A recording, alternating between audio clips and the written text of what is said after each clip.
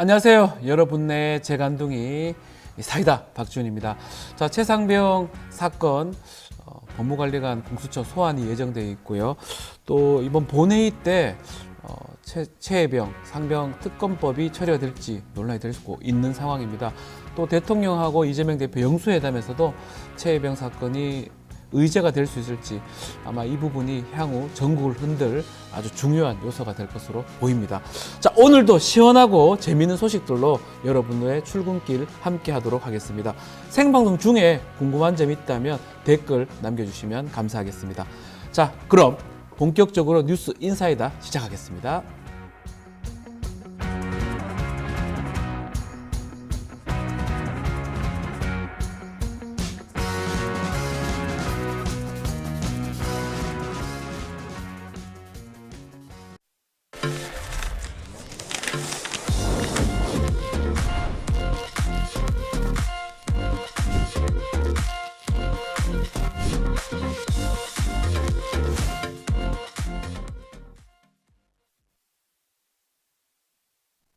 자, 바쁜 아침이죠. 오늘 꼭 알아야 할 뉴스들만 엄선해서 전해드리겠습니다. 듣기만 해도 이해가 쏙쏙 뉴스 픽 시간입니다. 오늘은 이진아 뉴스토마토 기자와 함께하겠습니다. 안녕하십니까? 네, 안녕하세요. 네, 자, 제가 오프닝에서도 해병대 최상병 사건 얘기를 좀 했는데 순직 사건 이 수사 외압 의혹 이게 가장 중요한 것 같습니다. 공수처가 지금 주요 피해자 중에 한 명에게 처음으로 출석하라고 통보를 했네요. 네, 일단 먼저 지금까지 네. 나온 소식을 좀 정리를 해드리겠습니다. 좋습니다. 예. 네, 먼저 월요일에 나온 소식을 정리를 해보면요. 공수처가 지난 8월 2일에 이시원 대통령실 공직기관 비서관이 유재은 국방부 법무관리관에게 통화한 내역을 확보했습니다. 네.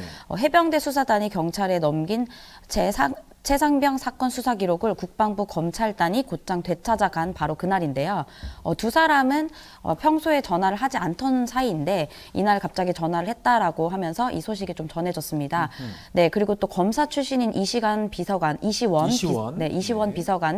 윤석열 대통령의 핵심 측근이고 국방부 법무관리관은 수사 외압 의혹의 핵심 당사자입니다. 다만 대통령실은 여기에 대해서 언급하지 않았는데요. 더불어민주당을 비롯한 야당에서는 이 비서관의 사퇴와 이 특검을 촉구하는 압박 수위가 올라가고 있는 상황입니다. 예. 네, 그런데 어제 또 MBC가 또 단독 보도를 통해서 이 내용을 조금 더 이제 핵심 피해자 중 한 명을 출석하라는 통보가 나온 것으로 이제 좀 확인이 됐는데요. 네. 첫 소환 대상은 당시 국방부 박경훈 전 조사본부장 직무대리에게 출석해 조사를 받으라고 통보를 했습니다. 네. 즉 해병대 수사단의 사건 기록을 재검토해서 당초 공수처가 이종섭 전 국방부 장관을 포함해 출국을 금지했던 6명 중 1명으로 지난주 압수물 분석을 마친 공수처가 핵심 피의자 조사를 본격 돌입한 건데요. 작년 8월 국방부 감찰단은 해병대 수사단이 경찰에 넘긴 최상병 사건 기록을 찾아왔고 박 전 본부장 대리는 이 기록을 넘겨받아서 재검토한 조사본부의 당시 책임자입니다. 맞습니다. 지금 해병대 이 최상병 사건 뭐 여러 가지 쟁점이 있지만 크게 세 가지로 보입니다. 이 첫 번째는 이 사단장의 과실 부분이 있냐 없냐 이게 최상병 사건의 첫 번째 쟁점이라면 두 번째가 박정훈 대령이 그 어떤 했던 거에 대해서 항명죄 되냐 이건 재판 지금 진행 중이죠. 지금 가장 중요한 게 이 수사 관련해서 박정훈 대령 관련돼서 수사 외압이 있었냐 없었냐 이 부분. 그 부분이 가장 이제 중요한 부분인데 이 부분에 대해서 지금 관련자 소환 통보도 좀 가능한 상황이 아닌가 이렇게 보입니다. 공수처 진행을 하고 있는데요. 조사 쟁점이 지금 어떻게 예상이 됩니까? 네, 두 가지로 좀 예상이 되는데요. 네. 먼저 이미 해병대 수사단이 경찰에 넘긴 수사 기록을 조사본부가 재검토한 경위입니다. 네. 일단 조사본부 관계자들은 처음에는 재검토 지시를 거부했지만 이종섭 전 장관이 직접 하명, 즉 명령을 내려서 따를 수밖에 없었다라고 말한 것인데요. 이후 공수처는 조사본부 관계자들의 휴대전화에서 김관진 전 장관의 수사 외압 사건처럼 될 수 있으니 조심하자 뭐 이런 대화 내용도 확보한 것으로 좀 확인됐습니다. 예. 또 두 번째 쟁점은 당초 해병대 수사단이 8명으로 봤던 범죄 혐의자가 최종적으로 2명으로 줄어든 이유인데요. 앞서 이 내용을 보도한 MBC 취재에 따르면 이종섭 전 장관이 최종 결과 발표를 나흘 앞둔 작년 8월 17일 중간 회의를 연 사실이 확인됐다는 것입니다. 네. 박 전 본부장 대리는 당시 회의에 회의에 참석해서 재검토 상황을 보고한 핵심 당사자고 또 해병대령으로 핵심 피의자 6명 중 계급이 가장 낮습니다. 그래서 공수처 수사는 부당한 지시가 있었는지 점점 더 윗선으로 향해 갈 것으로 또 전망이 되는데요. 여기서 또 한 가지 제가 앞서 말씀드렸던 이시원 비서관에 대한 네, 공직기강 비서관이죠. 네, 이분에 대해서 조금 더 말씀을 드리면요. 네. 제가 좀 찾아봤더니 이분이 이제 검사 출신이고 지난 2013년도 서울시 공무원 간첩 조작 사건에 연루됐던 검사라는 것이 좀 알려지면서 또다시 한 번 더 이제 이분에 대한 좀 이 눈길이 좀 끌었습니다. 그래서 이때 사건을 조금 얘기를 해드리면요. 네. 국정원이 제북 화교 출신 탈북자 유유성 씨를 유성 씨죠. 네, 유유성 씨를 간첩으로 조작한 이른바 서울시 공무원 간첩 조작 사건 당시 국정원의 증거 조작을 검증하지 않은 사실이 드러나 정직 처분을 받았던 인물입니다. 네. 그런데 윤석열 대통령은 대통령 당선된 후에 그를 공직기강을 바로 세우는 공직기강 비서관에 임명을 했는데요. 당시 이 문제로 논란이 끊이지 않았었는데 당시 사건을 이제 좀 이 사건으로 인해서 또 최상병 사건으로 인해서 다시 한번 이제 좀 회자가 되는 상황입니다. 맞습니다. 유가려, 유성 씨 아마 유명한 사건인데요. 자, 이 공직기강 비서관실 이제껏은 사실은 국가안보실하고 관련된 부분이 아니었나. 안보실, 국방부, 국방부 법무관리관 이렇게 이제 예상을 했다면 또 하나의 루트인 지금 공직기강 비서관실. 근데 사실은 법무관리관실이 제가 근무했던 곳이기도 한데 법무관리관실이 그 두 가지랑 연관성이 있습니다. 국방부에 있긴 하지만 또 법적인 일을 하다 보니까 또 법적인 어떤 공직기관 비서관이나 법률비서관하고도 관계가 있기 때문에 아마 두 가지하고 관계된 그거 좀 지켜봐야 될 것 같고 그 윗선은 또 뭔지 아마 그런 것들이 앞으로 큰 쟁점이 되지 않을까 이렇게 예상을 해봅니다. 아마 공수처에서 진행을 할 것으로 보이고요. 자, 그 소식은 그 정도만 하고요. 자, 지금 의대 정원 확대 부분 얘기도 좀 나눠야 될 것 같습니다. 전국 주요 병원의 교수들이 25일부터 예정대로 사직 절차를 밟게 되는데 근데 다음 주 하루 휴진을 하기로 했다면서요? 네, 어제 전국 20여 개 주요 의대가 참여하는 전국의과대학 교수 비상대책위원회가 네. 총회를 열고 내일부터 사직에 들어간다고 밝혔습니다. 비대위는 예정대로 오는 25일 사직이 시작된다는 것을 재확인했다라면서 정부의 사직 수리 정책과 관계없이 진행할 예정이라고 알렸습니다. 네. 이어서 장기화된 비상 상황에서 현재 주당 70시간에서 100시간 이상의 근무로 교수들의 정신과 육체가 한계에 도달해 다음 주 하루 휴진을 하기로 했다. 라고 밝혔는데요. 날짜는 대학별로 자율적으로 결정한다고 말했습니다. 이후 주 1회 휴진 여부에 대해서 병원 상황에 따라 오는 26일 정기총회 때 상의할 예정이라고 합니다. 그러니까 다 모든 학교가 동시에 쉬는 게 아니고 학교마다 하루 정도 더 휴진을 하는데 그것을 아직 정하진 않았다 이 말씀이네요. 네. 자, 많은 전공의들이 지금 나가 있기 때문에 교수들이 지금 많이 힘들어하는 상황이 같은데요. 어쨌든 간에 지금 의료 대란 또 좀 더 심각해지지 않을까 그렇게 생각이 듭니다. 그 전공의들 없는 그 자리 교수들이 하다 보니까 교수들이 많이 힘들 것 같아요. 네, 그래서 좀 어제 사건이 좀 있었는데요. 사건도 있었습니까? 네, 지난 22일에 경기 성남시 분당구 한 대학병원 소속 네. 교수가 갑작스럽게 사망한 일이 발생했습니다. 아. 당시에 경기도 의사회는 의사들이 국가에 대해 고강도 업무를 강요당하고 있다라면서 비판에 나서기도 했는데요. 그러면서 의대 교수의 연이은 죽음을 초래한 정부는 각성하고 희생자에 대한 산업재해를 인정하고 국가 유공자에 준하는 예우를 시행하라 이런 제목의 성명서도 냈습니다. 네. 현재까지 사망한 A 교수의 사망 원인은 가로와 연관되어 있는지는 아직까지는 확인되진 않았습니다. 하지만 경기도 의사회는 A 교수가 최근 전공의들의 집단 사직 사태로 인해서 경무에 시달려 왔다라고 이제 정부를 규탄을 한 것인데요. 네. 일단 또 성명서에 보면은 윤석열 정부는 의대생, 의사들에 대해 부당한 강제 행정 명령을 남발해 이들이 국민으로서 누려야 할 헌법상 기본권을 제한하고 있다. 이렇게 또 주장하기도 했습니다. 그렇지 100% 확인은 안 되고 있지만 관련성이 있지 않을까. 그래서 그 부분을 좀 얘기하는 것 같습니다. 자, 좀 제대로 좀 정리가 좀 되기를 바라고요. 자, 영수회담을 하기로 했는데 어제 첫 실무 회동이 열렸네요. 네, 원래는 좀 한 차례 불발이 됐었는데 네. 영수회담의 실무회동이 어제 처음 열렸습니다. 네. 대통령실 홍철호 정무수석과 민주당 천준호 비서실장을 포함해 양측에서 2명씩 4명이 40분간 만났다라고 언론을 통해 밝혔는데요. 네. 이 자리에서 이재명 대표가 제안한 전 국민 25만 원 민생회복 지원금이 회담 테이블에 오를지가 좀 쟁점이 됐다고 합니다. 일단 현재까지 국민의힘과 기재부의 반대 입장이 명확해서 좀 진통이 예상됩니다.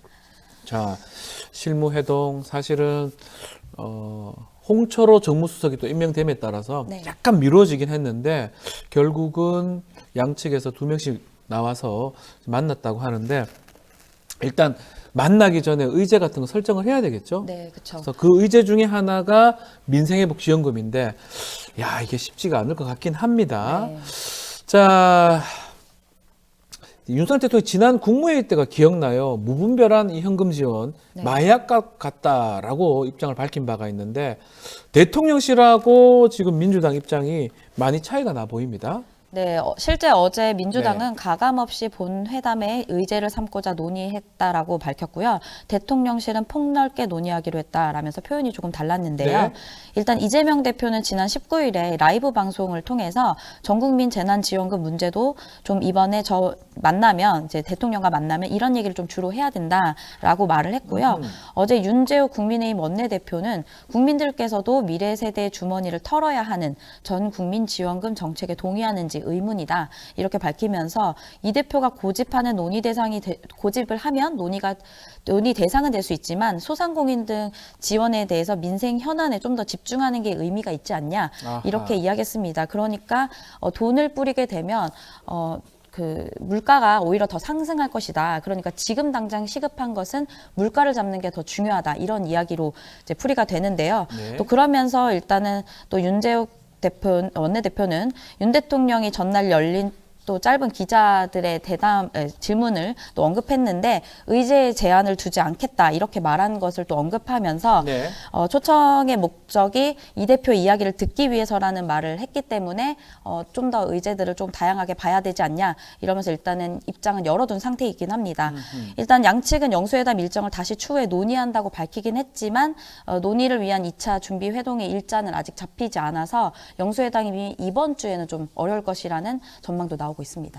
자, 뭐 지금 전국민 민생회복지원금 이거 지원하면 물가가 올라갈 수 있다라고 얘기하는 분들도 있고요. 또 한편으로는 지금 너무나 소비가 위축돼 있고 지금 힘들기 때문에 이거라도 해가지고 소비를 좀 진작해야 된다라는 게 대립하는 것 같아요.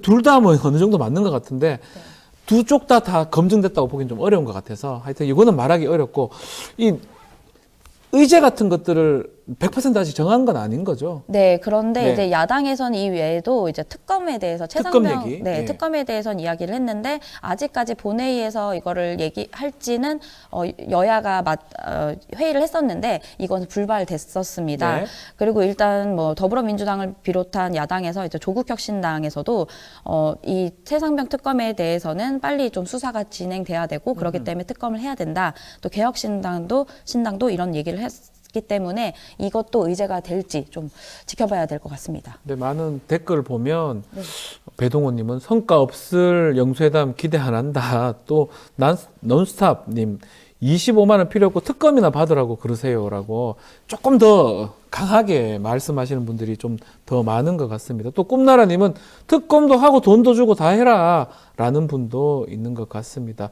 어쨌든 간에 많은 분들이 이 돈이나 뭐 민생회복 지원금 얘기도 있지만 특검을 좀 더 해야 된다. 그게 이번 영수회담의 의제라든지 주제가 돼야 된다. 이렇게 의견을 주시는 것 같습니다. 자, 이진아 기자님 오늘 고생하셨습니다. 감사합니다. 네, 감사합니다. 저는 잠시 뒤에 수 잃는 남자로 돌아오겠습니다. 계속해서 많은 댓글 부탁드리겠습니다.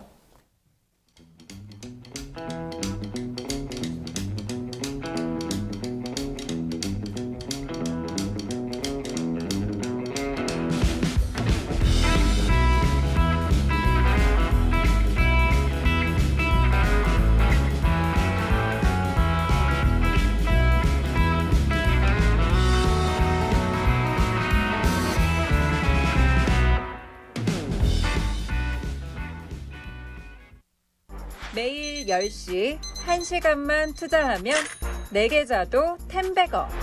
개장하자마자 급등? 따라잡아도 되나? 1분 대기죠. 점상이 답변해줍니다. 바쁜데 특징 중? 언제 공부해? 1시간만 투자하세요. 점상이 정리해줍니다. 단기로 치고 빠질 종목 없나? 매일 오전 10시 점상이 골라줍니다. 매일 오전 10시엔 점상을 잡아라. 유튜브에서 점상 시크릿을 검색하세요. 자, 하루도 조용한 날이 없습니다. 언론과 정치권 또 속에서 열불나는 여러분들을 위해서 속 시원하게 얘기해 줄 분이죠. 오늘도 속사포처럼 빠르지만 시원하고 통쾌한 말씀 기대해 보겠습니다. 최진봉 교수님 함께합니다. 안녕하십니까? 네, 많은 분들이 예. 기다리고 있습니다. 기다리고 있습니까? 예, 오늘은 지각하는 거 아니냐? 뭔 지각을 지각한 적이 좀 있나 봅니다. 없습니다. 없습니까? 예. 댓글에 자꾸 최진봉 교수님 혹시 지각하는 거 아니냐 걱정하시는 분들이 있는데 지각하지 않았습니다. 또 지각할 일도 없고요. 그럼요. 그만큼 많은 분들이 기다리는 게 아닌가 생각이 맞습니다. 듭니다. 네. 자, 본격적으로 이야기 좀 나누기 전에 네. 이번 또 한 주 동안 네. 어떤 정치 이슈가 가장 인상에 남으셨습니까? 저는 그 한동훈 전 비대위원장이 네. 건강상 이유로 대통령과의 오찬을 거절했습니다. 아, 예, 맞아요. 근데 그리고 나서는 또 비대위원들하고 식사를 하셨더라고요. 네. 그 뭐죠? 그러니까 건강이 네. 문제돼서 정중하게 네. 오찬을 거절했는데 근데 비대위원들하고 식사를 해. 이거 어떻게 해석해야 무슨 됩니까? 건강이 왔다 갔다 하신가? 네. 좋으셨다 안 좋으셨다? 어떻게 해석하는 게 맞습니까?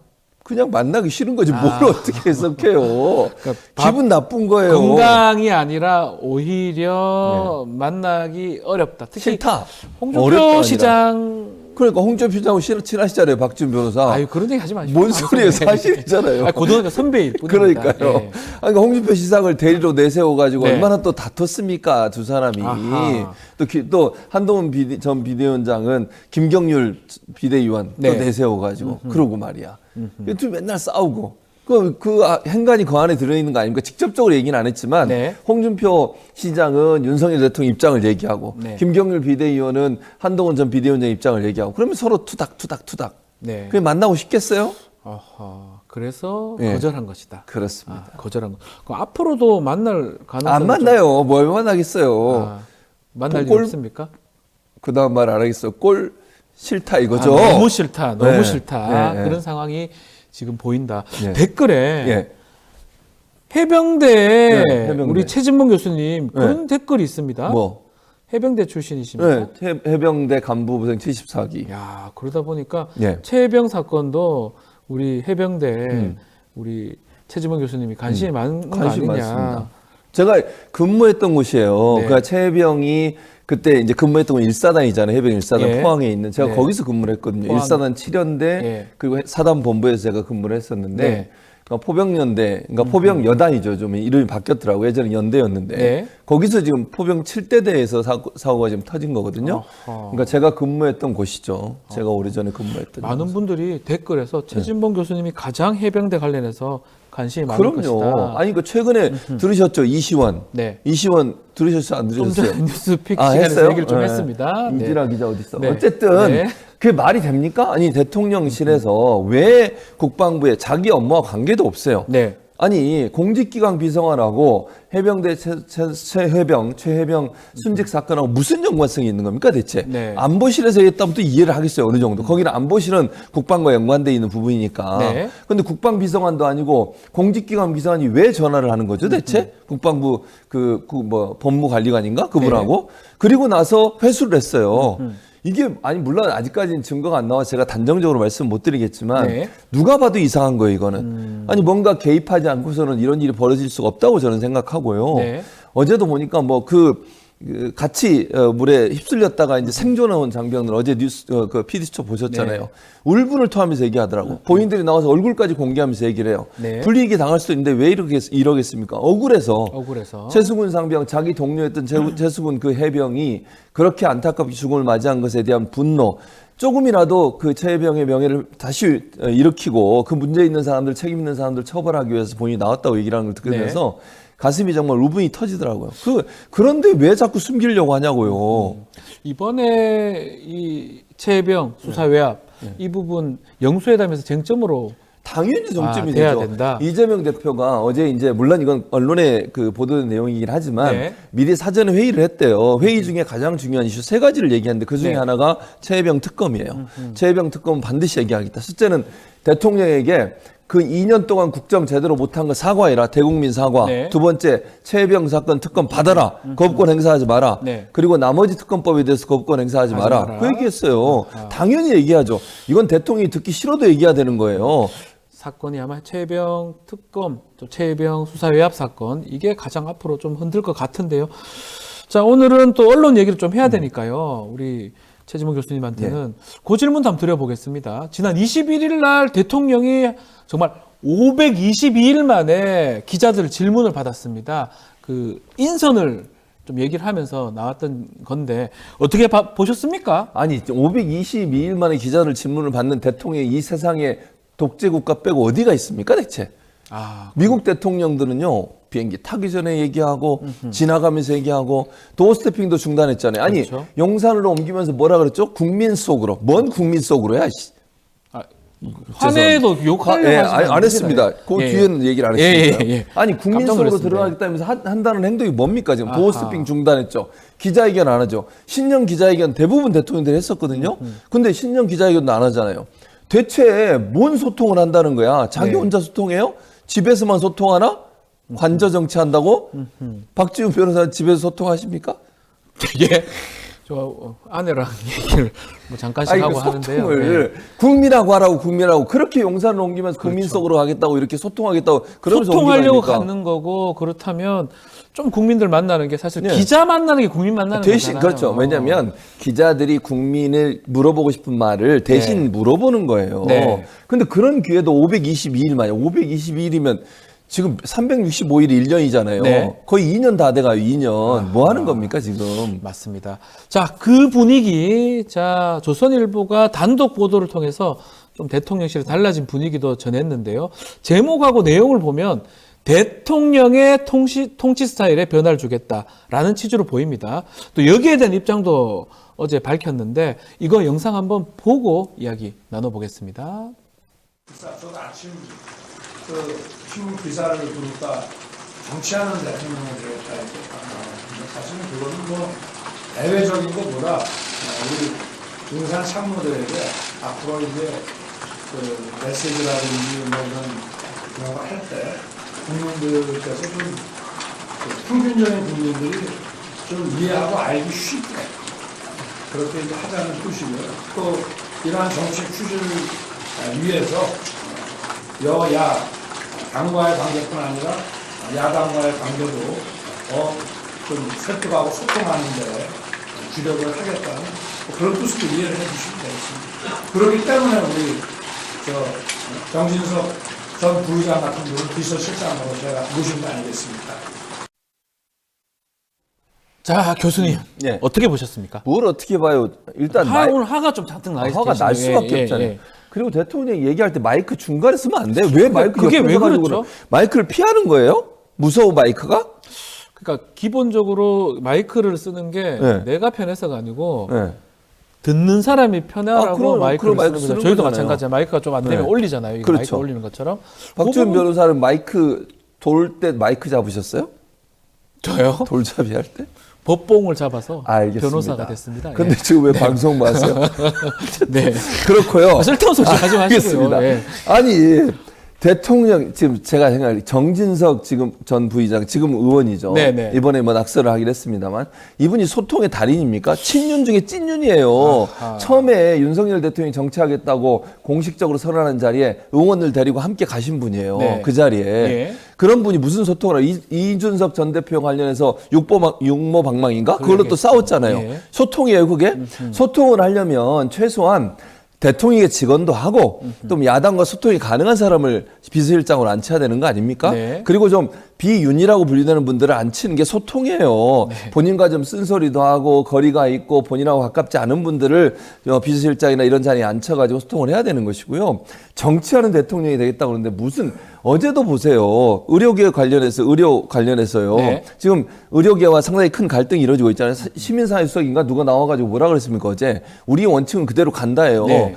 피해를 아니 그럼 정치라고 하는 거는요. 원칙을 중요하게 하는 거지만 원칙과 함께 상대방을 대화하고 타협하고 협상하고 문제 해결을 위해서 노력하는 게 정치인 거예요. 양보도 하고 한 발 물러서기도 하고. 아니 원칙을 주기도 하고 받기도 하고. 그렇죠. 근데 예. 원칙을 계속 고수하면서 우리는 절대 물러설 수 없어. 니들이 물러서 이게 뭔 정치입니까? 네. 고집이고 아집이지. 아하. 근데 무슨 정치하는 대통령이에요. 어제 그 태도 보면서 저는 아니 시스템이 잘 돌아가고 있대. 피해 당한 사람이 얼마나 많은 줄 아세요? 지금 환자들 제대로 치료 못 받아가지고 얼마나 고통받고 있습니까? 네. 근데 시스템이 잘 돌아간대. 뭔 시스템이 돌아가는데 지금?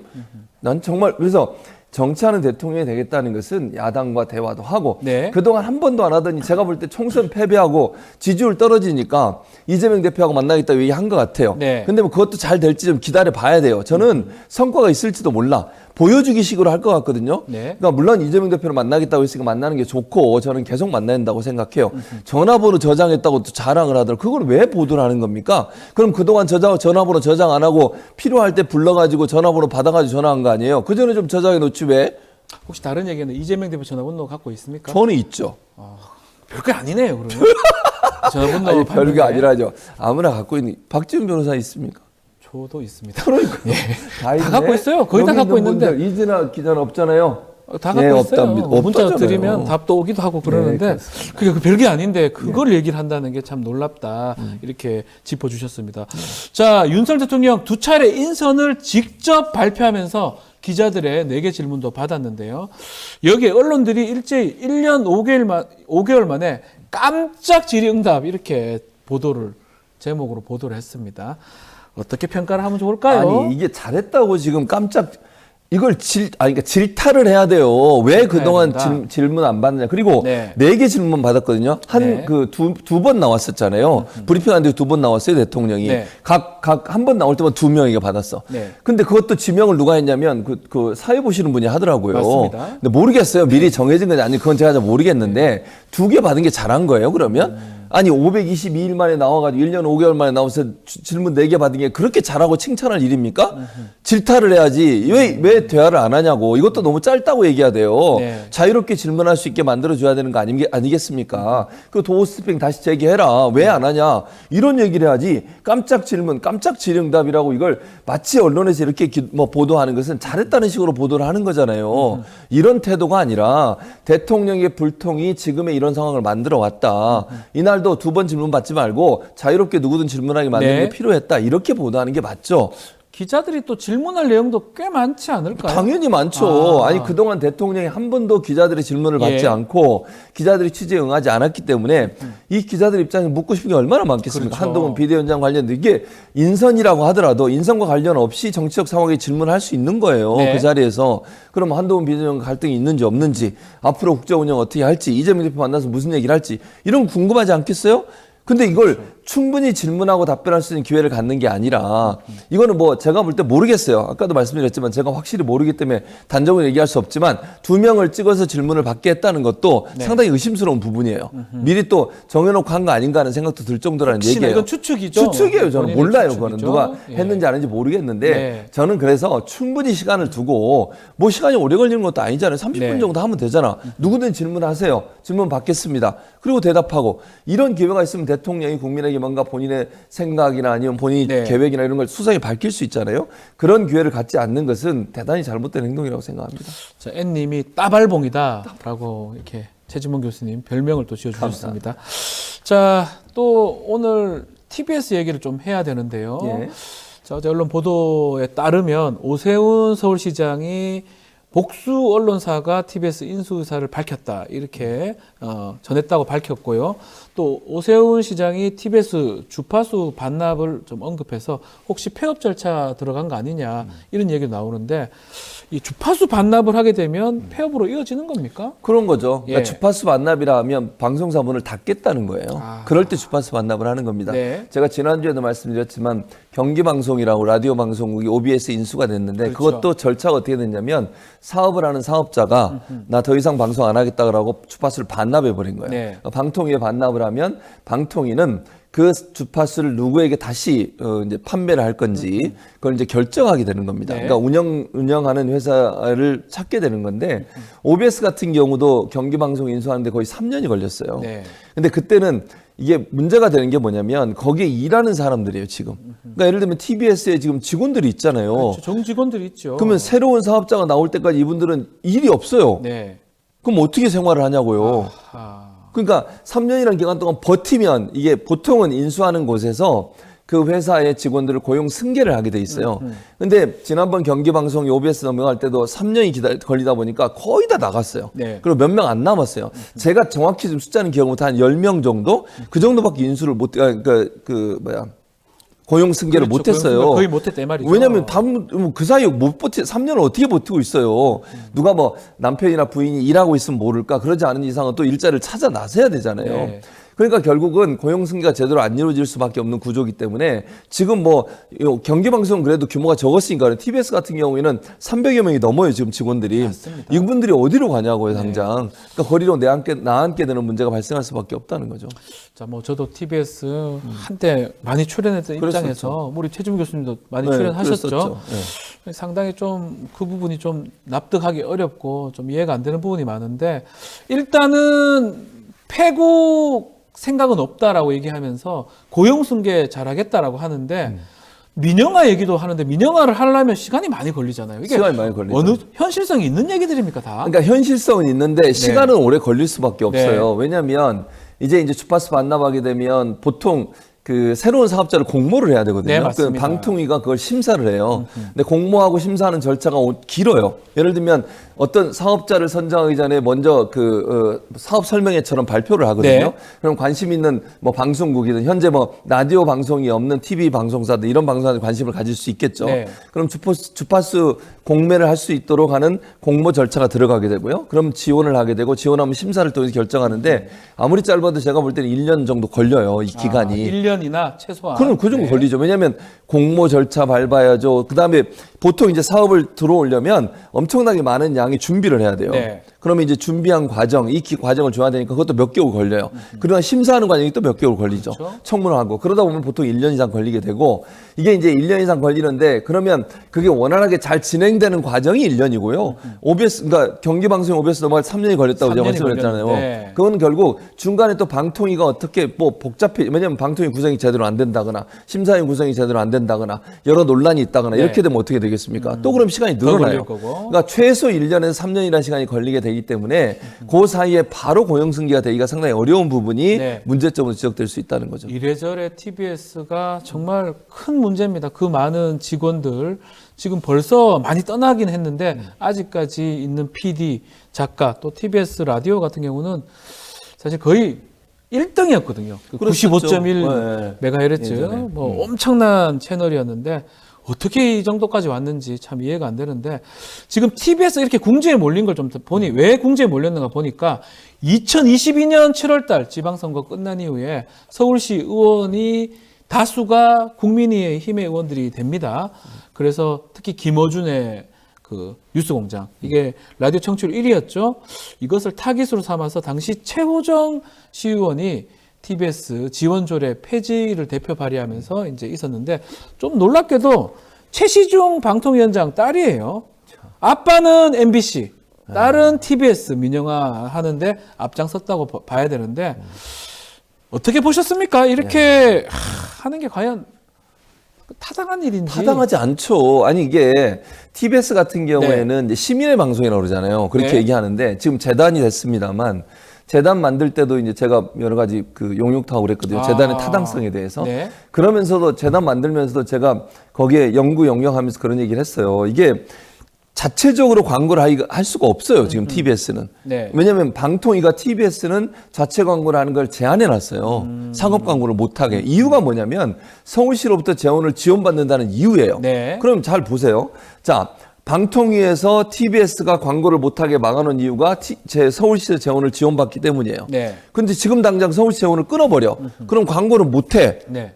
그럼 어떻게 되겠어요? 뭐 회사 재정 적자가 날 네. 수밖에 없잖아요. 운영할 수가 없죠. 그러니까 방송국은. 처음에 출발할 때부터 만약에 광고를 하게 했으면 이런 문제가 발생 안 해요. 네. 그러면 광고를 하면서 충분히 자생할 수 있는 능력을 갖추게 되는데 처음에 출발할 때부터 서울시로부터 재원을 지원받는 전제 조건이 있었기 때문에 광고를 못하게 했고 그 광고를 못하게 하는 족쇄가 아직도 채워져 있는 상태에서 재원만 끊어버리면 네. 생존 방법이 없는 거예요. 그러면 재원을 끊기 전에 그러면 방통위에 협의를 해서 광고를 할 수 있게 해주든지 네. 그것도 안 돼요. 그럼 지금은 지금 상황에서 둘 다 안 된다는 거죠.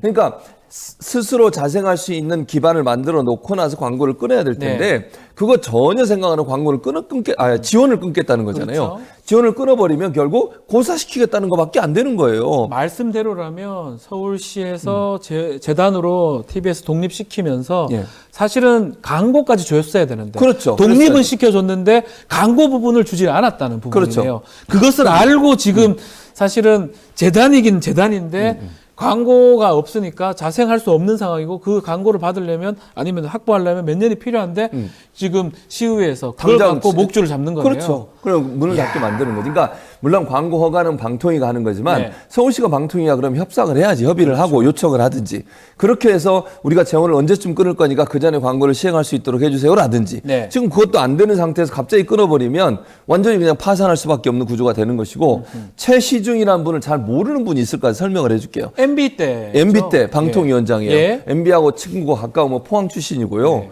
제가 그 종편이 생겼잖아요. 네. 종편이 지금 4개 다 요즘 종편 다 아시니까 네. TV에서는 채널 A, MBN 그다음에 JTBC. JTBC. 이 4개의 방송사를 허가해준 당시의 방통위원장이 최시중이에요. 최시중 이분이 이 4개의 종편을 만들기 위해서 얼마나 노력했는지 몰라요. 제가 그건 반대편에서는 반대하는 입장이었고요. 종편을 반대하는. 그건 저는 반대였죠. 네. 종편 허가를 하면 안 된다고 주장했던 사람이고요. 그 당시 얼마나 큰 충돌이 일어났는지는 다 아실 거예요. 소위 뭐 막 문 부시고 이랬어요. 국회에서. 네, 기억납니다. 네. 네. 그래가지고 종편을 보수 언론사들에게 종편을 주기 위해서 최시중 방통위원장이 대선 끝나고 이명박 전 대통령이 그때 당선되고 나서 그 다음에 이제 대통령이 되고 나서 이 사람을 최시중 씨를 이 사람 어디 동아일보 출신가 그래요. 네. 근데 이 사람을 방통위원장 앉혀가지고 했던 일이 뭐냐면 미디어법을 개정해서 종편을 탄생시킨 장본인이에요. 그러니까 지금의 이 공영 미디어 소위 이제 보수 언론의 가장 뭐 이렇게 뭐랄까 앞장선 발언을 하는 네. 그런 종편을 만들어낸 장본이 최시중이라는 사람이에요. 근데 이 사람의 딸인 최호정 시의원이 지금 예. TBS라고 하는 언론사를 옥죄게 만드는 즉 지원을 끊는 조례안을 발의했다는 거 아닙니까? 이걸 보면서 제가 야, 참 두 분은 특이하다. 뭐 이렇게 막 표현할게요, 제가. 아니, 좀 이상 지금 말씀대로라면 종편은 좀 보수 진영을 많이 대변하고 있잖아요. 그렇죠. TBS 같은 경우는 뭐 당시 서울시하고 또 관련도 있었지만 뭐 박원 시장, 민주당이나 또 진보 진영의 목소리를 좀 낼 수밖에 없는 상황이고 그랬었죠. 이게 굳이 없앨 이유가 될 수 있나요? 이게 제가 볼 때는 이런 네. 것 같아요. 지금 상황에서 없을 이유가 없지. 왜냐면 시장이 바뀌었잖아요. 네. 근데 그러니까 제가 그냥 생각하는 거예요. 예, 이거는 개인적 생각이십니다. 시의원들이나 예. 최호정 의원 같은 사람이 생각하는 이유는 예전에 TBS가 했던 일들이 너무 싫은 거야, 그냥. 그냥 김어준이 싫은 거예요? 그런 거죠. 김어준, 주진우, 뭐 신장식 이런 사람이 싫은 네, 거지. 최진봉 교수 포함해서.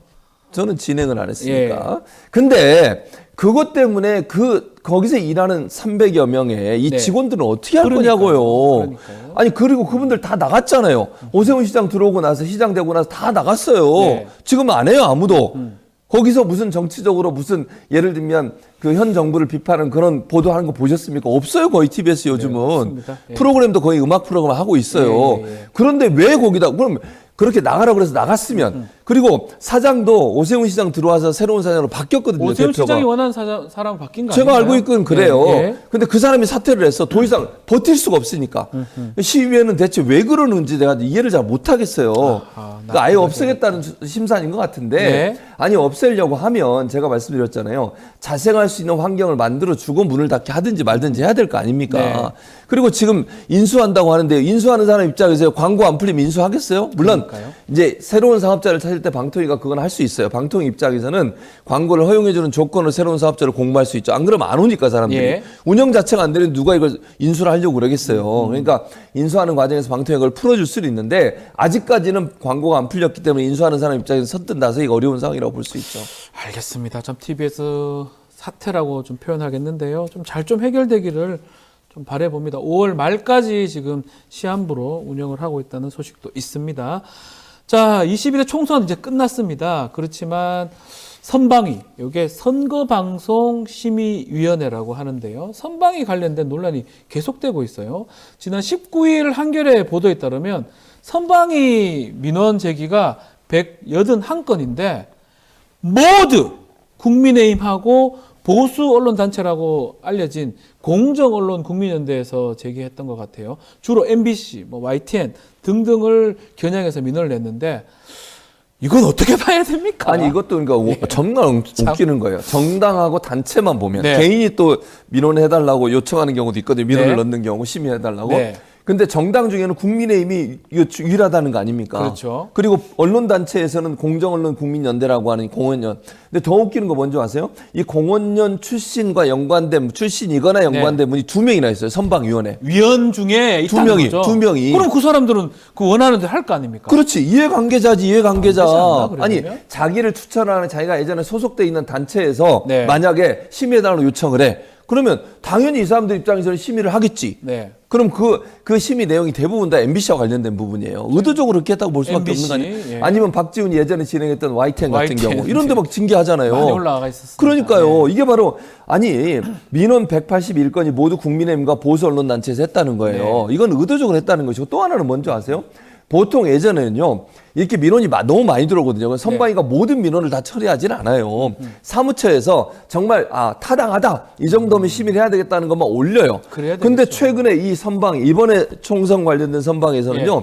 그렇게 얘기를 했다는 거야. 가능한 한 미리 검토하지 말고 다 올리라고. 싹 다 올리라고. 이게 네. 뭐 하는 겁니까 대체? 야, 선거 방송 심의에 자, 지금 21세기 2024년도에 꼭 이런 게 있어야 될지 이거 뭐 법적인 책임을 어떤 위원들이 이게 어떤 국가에서 만든 위원회에서 판단한다는 게 참 놀라운데 이러다 보니까 자기들이 신청을 하고 자기들이 판단하는 결과가 되잖아요. 그렇죠. 선방위가 필요한가 이런 얘기도 있어요.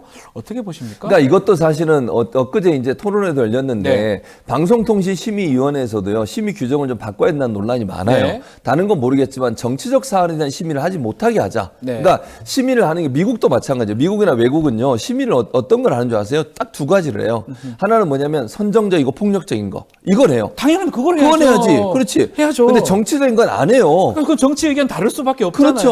그러니까 정치적인 부분은 아예 심의 자체를 안 해요. 네. 미국은 심의 제도도 없고요. 네. 그러니까 폭력적이거나 선정적인 거 내보내가지고 사회를 혼란에 빠뜨리거나 범죄 행위와 관련된 거 내보내고 이런 거는 심의를 하지만 해야죠, 그거는. 정치적 견해를 밝히거나 정치적 의견을 밝히는 건 심의 대상에서 없어요, 아예. 국가가 그걸 왜 개입할 그러니까. 거면 결국 정당이 지금 달리 집권하고 하면서 매번 이거 똑같은 일이 반복될 거 아니에요. 그렇지. 그래서 우리나라도 이 부분에서 논의가 필요하다. 네. 지금 선방이든 방심이든 정치 관련된 의견을 개진하는 거 가지고 심의 대상으로 삼는 것을 제외시켜야 된다. 네. 이런 의견이 나오고 있어요, 지금. 알겠습니다. 뭐 언론 전문가시니까 이번에 지금 미국 국무부가 인권 보고서 내놨는데 이거 보니까 예.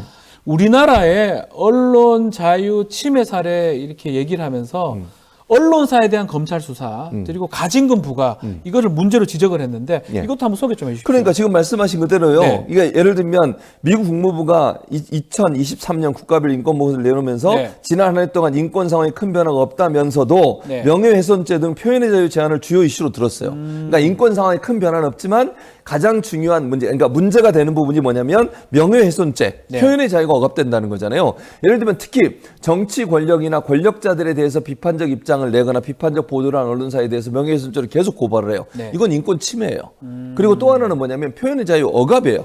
헌법에 보장되어 있는 언론과 표현의 자유를 정면을 억압하는 행동이거든요. 네. 미국은요. 고위공직자는 언론의 보도에 대해서 명예훼손죄로 고발을 못하게 막아놨어요. 기본적으로 고위공직자들은. 고위공직자들은. 왜? 비판과 견제의 대상이니까. 근데 우리는 문제가 되면 다 고발해버리잖아. 대통령, 나서사 대통령 부인도 이런 비판적 입장을 하면 고소를 하고 고발을 해가지고 명예훼손으로 수사를 하고 압수수색하고 네. 출국금지 시키고. 예. 이진동 기자는 출국금지 당했잖아.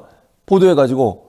저한테 그러십니까? 아, 그렇죠. 예, 어쨌든. 출국금지 당하셨죠. 그러니까 이게 언론들이 이러면 네. 위협 효과라 위협 효과. 그러니까 다른 언론 기관에서도 못해. 겁나죠. 그러니까 겁나지. 겁나니까 보도를 못하는 거죠. 못하게 만드는 거예요. 아. 그래서 표현의 자유나 언론의 자유 때문에 네. 선진국에서는 고위공직자는 그 자체를 못하게 막아놔요. 저는 이게 이런 방식으로 언론사들을 옥죄고 입을 틀어막고 입틀막 정권이라고 그러잖아. 네. 언론의 입을 틀어막는 행위는 정면으로 헌법을 위반하는 행동이라고 생각합니다. 어느 정도 공인이라면 사실 대통령은 공인 중에 공인 아니겠습니까? 공인이면 이게 뭐 헌법상 공인 이론이라고 그 사람의 어떤 언론의 어떤 내용, 명예훼손이라는 이런 것들이 어느 정도 제한된다라는 그런 그렇죠. 부분이 있는 건데 있죠. 당연히 또 보도 알 권리가 있고 국민한테는 그러니까요. 네. 그런 것들을 좀 고려를 해야 될 것 같은데. 그러니까 저는 이렇게 생각해요. 지금도 보면 검찰이 고소를 해가지고 수사를 하고 막 이러잖아요. 네. 원래는요, 언론의 표현의 자유와 그 다음에 언론의 자유를 보장해주기 위해서 미국의 판례를 보면 네. 만약에 고위공직자가 명예훼손죄로 그러니까 고발을 하잖아요. 네. 입증 책임을 누구한테 주는 줄 아세요? 그 고위공직자한테 줘야 돼요. 본인이 괜찮다. 네, 네. 반박 입증 책임을 본인 하라고. 그리고 또 하나 이게 맞는 뭔지 것 아세요? 같은데요? 예. 만약에 기자를 처벌하려면요, 그 설사 그 내용이 허위 사실이라 하더라도 기자가 기사를 쓸 때 네. 그게 허위 사실이고 거짓말이라는 걸 명확하게 인식하고 있다는 것을 증명해내야 돼요. 그러니까 무슨 말이냐면 기사를 썼어. 네. 근데 허위 사실이야. 예. 그래도 처벌을 못해요. 처벌하려면 이 기자가 명확하게 그게 거짓이라는 걸 알고 있었다는 걸 증명해내야 돼. 악의적이고 고의적으로 그렇지. 허위 사실에 기사를 썼다라는 걸 입증을 해야 돼요. 그럼 안 그러면 처벌 못해요. 지난번에 기억나세요? 예. 박근혜 7시간 네. 갓독 지사장이라고 산케이 신문. 한개 신문 그 사람 대표 처벌 우리, 못했어요. 예, 지부. 그러니까 그때 우리나라의 지부장을 했던 네. 갓도라는 기자가 있었는데 박근혜 전 대통령관 7시간 관련 보도에서 그 고소됐거든요. 네. 재판에서 어떻게 무죄 나왔어요. 왜냐하면 이 사람이 충분히 의심할 만한 정황이 있었고 그 의심할 만한 정황 때문에 기사를 썼기 때문에 네. 설사 그게 7시간이 거짓말이라 하더라도 잘못된 내용이라 하더라도 네. 처벌할 수 없다예요. 아하. 그게 언론의 자유와 표현의 자유를 보장하기 위한 범위예요. 그러니까 언론사 기자가 충분히 믿을 만한 의심 갈 만한 정황이 있을 땐 보도를 하는 거예요. 네. 그렇지 않으면 어떻게 언론이 보도를 하겠습니까? 언론사가 무슨 수사기관이에요? 다 조사하고 나서 보도를 하게? 네. 의혹이 있으면 보도를 하는 거지. 보도를 하는 거죠. 그러면 그게 허위 사실, 설사 일부가 좀 잘못된 정보를 하더라도 이것도 마찬가지. 김만배 씨 관련된 거 아시죠? 네. 아니 이것도 지금 처벌 압수수색하고 막 이러잖아요. 수사하고 네. 있고. 아니 커피를 타줬냐 안 타줬냐 이게 중요해요? 물론 그것도 중요할 수 있겠지. 네. 그게 설사 잘못된 내용이라 하더라도 전체 맥락에서 의혹을 제기하는 것 자체가 충분히 의혹을 살 만한 내용이 있었다고 하면 보도할 수 있는 거예요. 그렇죠. 근데 그거를 법적으로 막 압박을 하고 압수수색하고 막 이래버리면 언론사들이 어떻게 의혹을 제기할 수 있겠냐고요. 방심해서 뭐 징계하고 가진금 부과하고 그런 상황이겠죠. 알겠습니다. 오늘 우리 최지문 교수님 더 속사포 랩이다. 랩 진봉님이다. 뭐 안 좋은 일 있냐 이렇게 물어보는데 안 좋은 일 없습니다. 식사는 무슨 말씀이에요? 하셨나 물어보는데요. 아침 안 먹고 안 왔지만 먹고, 안 네. 좋은 일은 없고요. 네. 언론 환경을 보면 화가 나서 그래요. 그만큼 또 우리 많은 댓글에서 우리 교수님을 응원하고 있습니다. 자, 오늘 말씀은 여기까지 듣겠습니다. 최진봉 교수님과 함께했습니다. 감사합니다. 감사합니다. 저는 잠시 후에 대담으로 다시 돌아오겠습니다.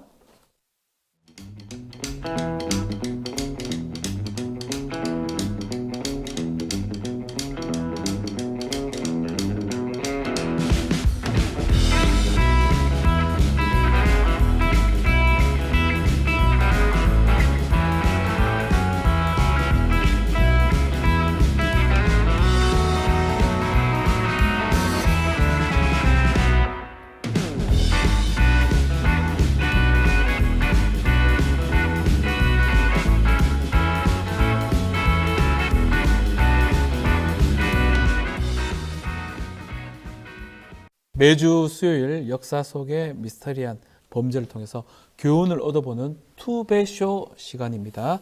자, 오늘도 배상훈 프로파일러 또 백이성 역사 크리에이터 두 분 나오셨습니다. 안녕하십니까? 안녕하십니까? 안녕하세요. 자, 아주 색다른 코너라고 많은 분들이 첫 방송 보고 좋았습니다. 반응을 좀 제가 보여드리면 배상훈 교수님 정의로운 길을 흔들림 없이 가시는 모습 늘 존경합니다. 백이성 강사님 또한 배 교수님처럼 용기 있는 분입니다. 유튜브 늘 잘 보고 있고요. 정말 좋아하는 두 분 보니까 세상에 갑자기 빛이 보이는 듯합니다. 70 먹은 할매가 늘 응원해요. 글도 주셨고요. 이 코너 너무너무 좋습니다. 라고 또 글도 있었고, 박지훈 MC님, 백이성 강사님, 배상훈 프로파일러님 항상 응원합니다. 투배쇼 화이팅! 이렇게 글들 많이 주셨는데 어땠습니까? 지난 방송 우리 해보니까요. 제 방송을 못 봐서 모르겠는데. 예. 아니 하면서는 괜찮았습니까? 네, 괜찮았습니다. 사실 저는 꿈꿔왔던 거거든요. 역사 속의 프로파일러, 또 역사 사실을 또 프로파일러 관점에서는 또 어떻게 볼 수 있는지, 또 이것을 현재에서 어떻게 또 얘기할 수 있는지 어땠습니까? 저는 아주 좋은 방식이었습니다. 예, 사실은 이제 정치사만 하지 우리가 이런 사법의 역사 이런 거 잘 모르거든요. 뭐 사건 사고사 이런 거 잘 모르거든요. 예, 잘 모르는 어떤 역사의 빈칸을 찾아가는 것이 참 좋았습니다. 저는 지난번에 이제 그런 참사 얘기를 하면서 숙종 때 얘기를 했는데 사실 역사 제가 관심도 많이 가지고 저 처음 듣는 얘기라서 사실 놀랐고요. 역사는 결국 반복되고 있구나. 우리가 몰라서 그렇지 반복되고 있고 그 교훈을 우리가 잘 모르면 또 그러한 일들이 현재라든지 미래에 일어날 수 있다. 그런 어떤 제 스스로의 또 교훈을 받았었거든요. 자, 오늘 또 아마 좀 그런 얘기가 아닐까 생각이 듭니다. 자, 오늘 좀 다뤄야 될 내용은 올 초에 있었던 일입니다. 경찰 간의 올 초 그 비위라든지 일탈 소식들이 계속 이어지면서 기강회의 아닌가 이런 비판이 나오고 있는데, 일단 경찰 지휘부에서는 문제가 터질 때마다 문책성 인사 단행하고 또 징계를 한다 뭐 이런 소식도 있었습니다. 그래서 오늘은 과거하고 오늘의 국가 치안을 담당했던 경찰 이야기 좀 해보려고 합니다. 또 경찰 출신인 우리 배상훈 프로파일도 계시고요. 또 역사적으로 한번 봐야 될 것 같은데, 우리 베프 어떻습니까? 진짜 지금 현재 경찰들의 일탈이라든지 비리, 기강회의 심각하다고 봐야 됩니까? 사실 요즘 중앙일보에서 연재되고 있는 이경백 시리즈라는 게 있습니다. 이경백 시리즈가 이제 우리나라의 반문화를 만든 사람입니다. 이경백이라는 사람이 무려 자산만 수천억이 넘습니다. 오, 이경백이라는 사람이요? 그리고 이제 수천억이 넘습니다. 이게 그 강남의 역삼동 뒤에 골목 가시면 그 소위 룸사롱 문화를 그 사람이 만든 겁니다. 경백이 법이라고 합니다. 아예 경백이 법이라는 게 있습니다. 여러분이 지금 말한 룸사롱의 시스템을 만든 사람인데 문제는 그 사람을 거기까지 올리는데 무수하게 많은 짭새 아저씨들이 아이고 저 속어져 비어 경찰관들이 많은 도움을 주셨기 때문에 실제로 중앙일보에서 지금 현재를 하고 있습니다. 이경백 씨를 룸사랑의 항처로 만들어준 가장 결정적 공로를 한 사람이 경찰관들이다. 그리고 이제 그 다음 나오는 게 이제 한바왕 시리즈 아실 거고, 한바왕 건설업 한바왕. 그 다음에 나오는 게 이제 말씀하셨던 이제 작년 말 올해 초 나왔던 사건 브로커 승진 브로커 얘기. 지금 수사 중이고 재판 중입니다. 광주하고 전북에 있었던 무려 치안감 한 사람도 자살했던 사건에 극단적 선택을 했죠. 그 사람이 또 그런 얘기가 있고, 근데 이제 그럼 하위직은 어떠냐? 그냥 거의 술 뻑하면 술 먹고 사고 치고 이래서 서울경찰청장이 오늘 이제 어제 참 미안합니다. 우리 직원들이 사고 치려는데 바로 오후에 또 사고치고. 이런 것들. 근데 저는 이것이 구조적인 문제가 있다고 봅니다. 구조적으로. 기본적으로 경찰관의 채용과 그리고 징계 감찰의 부실 이런 것들이 문제가 있기 때문에 이런 것들에 대해서는 우리가 역사적으로 한번 살펴봐야 되지 않을까 싶습니다. 우리 백이성 강사님도 보시기에 요즘 경찰들 조금 심각하다 이렇게 언론이나 보시면 그렇게 느껴지십니까? 대부분의 경찰관님들은 성실하게 업무에 종사하시고 뭐 불철주야 정말 범인 잡으러 뛰어다니고 열심히 하시는데 예, 정말 그 질서를 유지하는데 최선을 다하시죠. 그런데 꼭 막 한 1000명 중에 한두 명, 네. 뭐 이런 사람들이 있다. 이거는 동서고금을 막론하고 항상 그랬던 사람입니다. 근데 이게 1000명 중에 한두 명이면은 1000명 중에 한두 명이 아니라 네. 최근에는 1000명 중에 한 10명은 되는 것 같아요. 네. 예, 그리고 좀 많다 더. 예, 그리고 그 고위직들이 여기 10명 중에 네. 적어도 한 6, 7명은 되지 않느냐.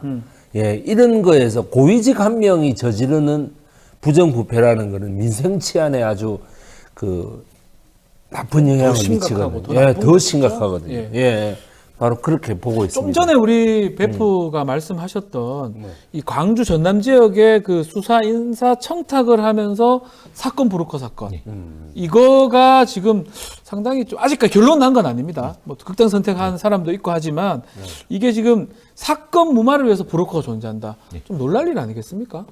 근데 우리 변호사님도 네. 많이 아시다시피 그 서초동 앞에 그 법조 브로커가 있는 것처럼 있죠.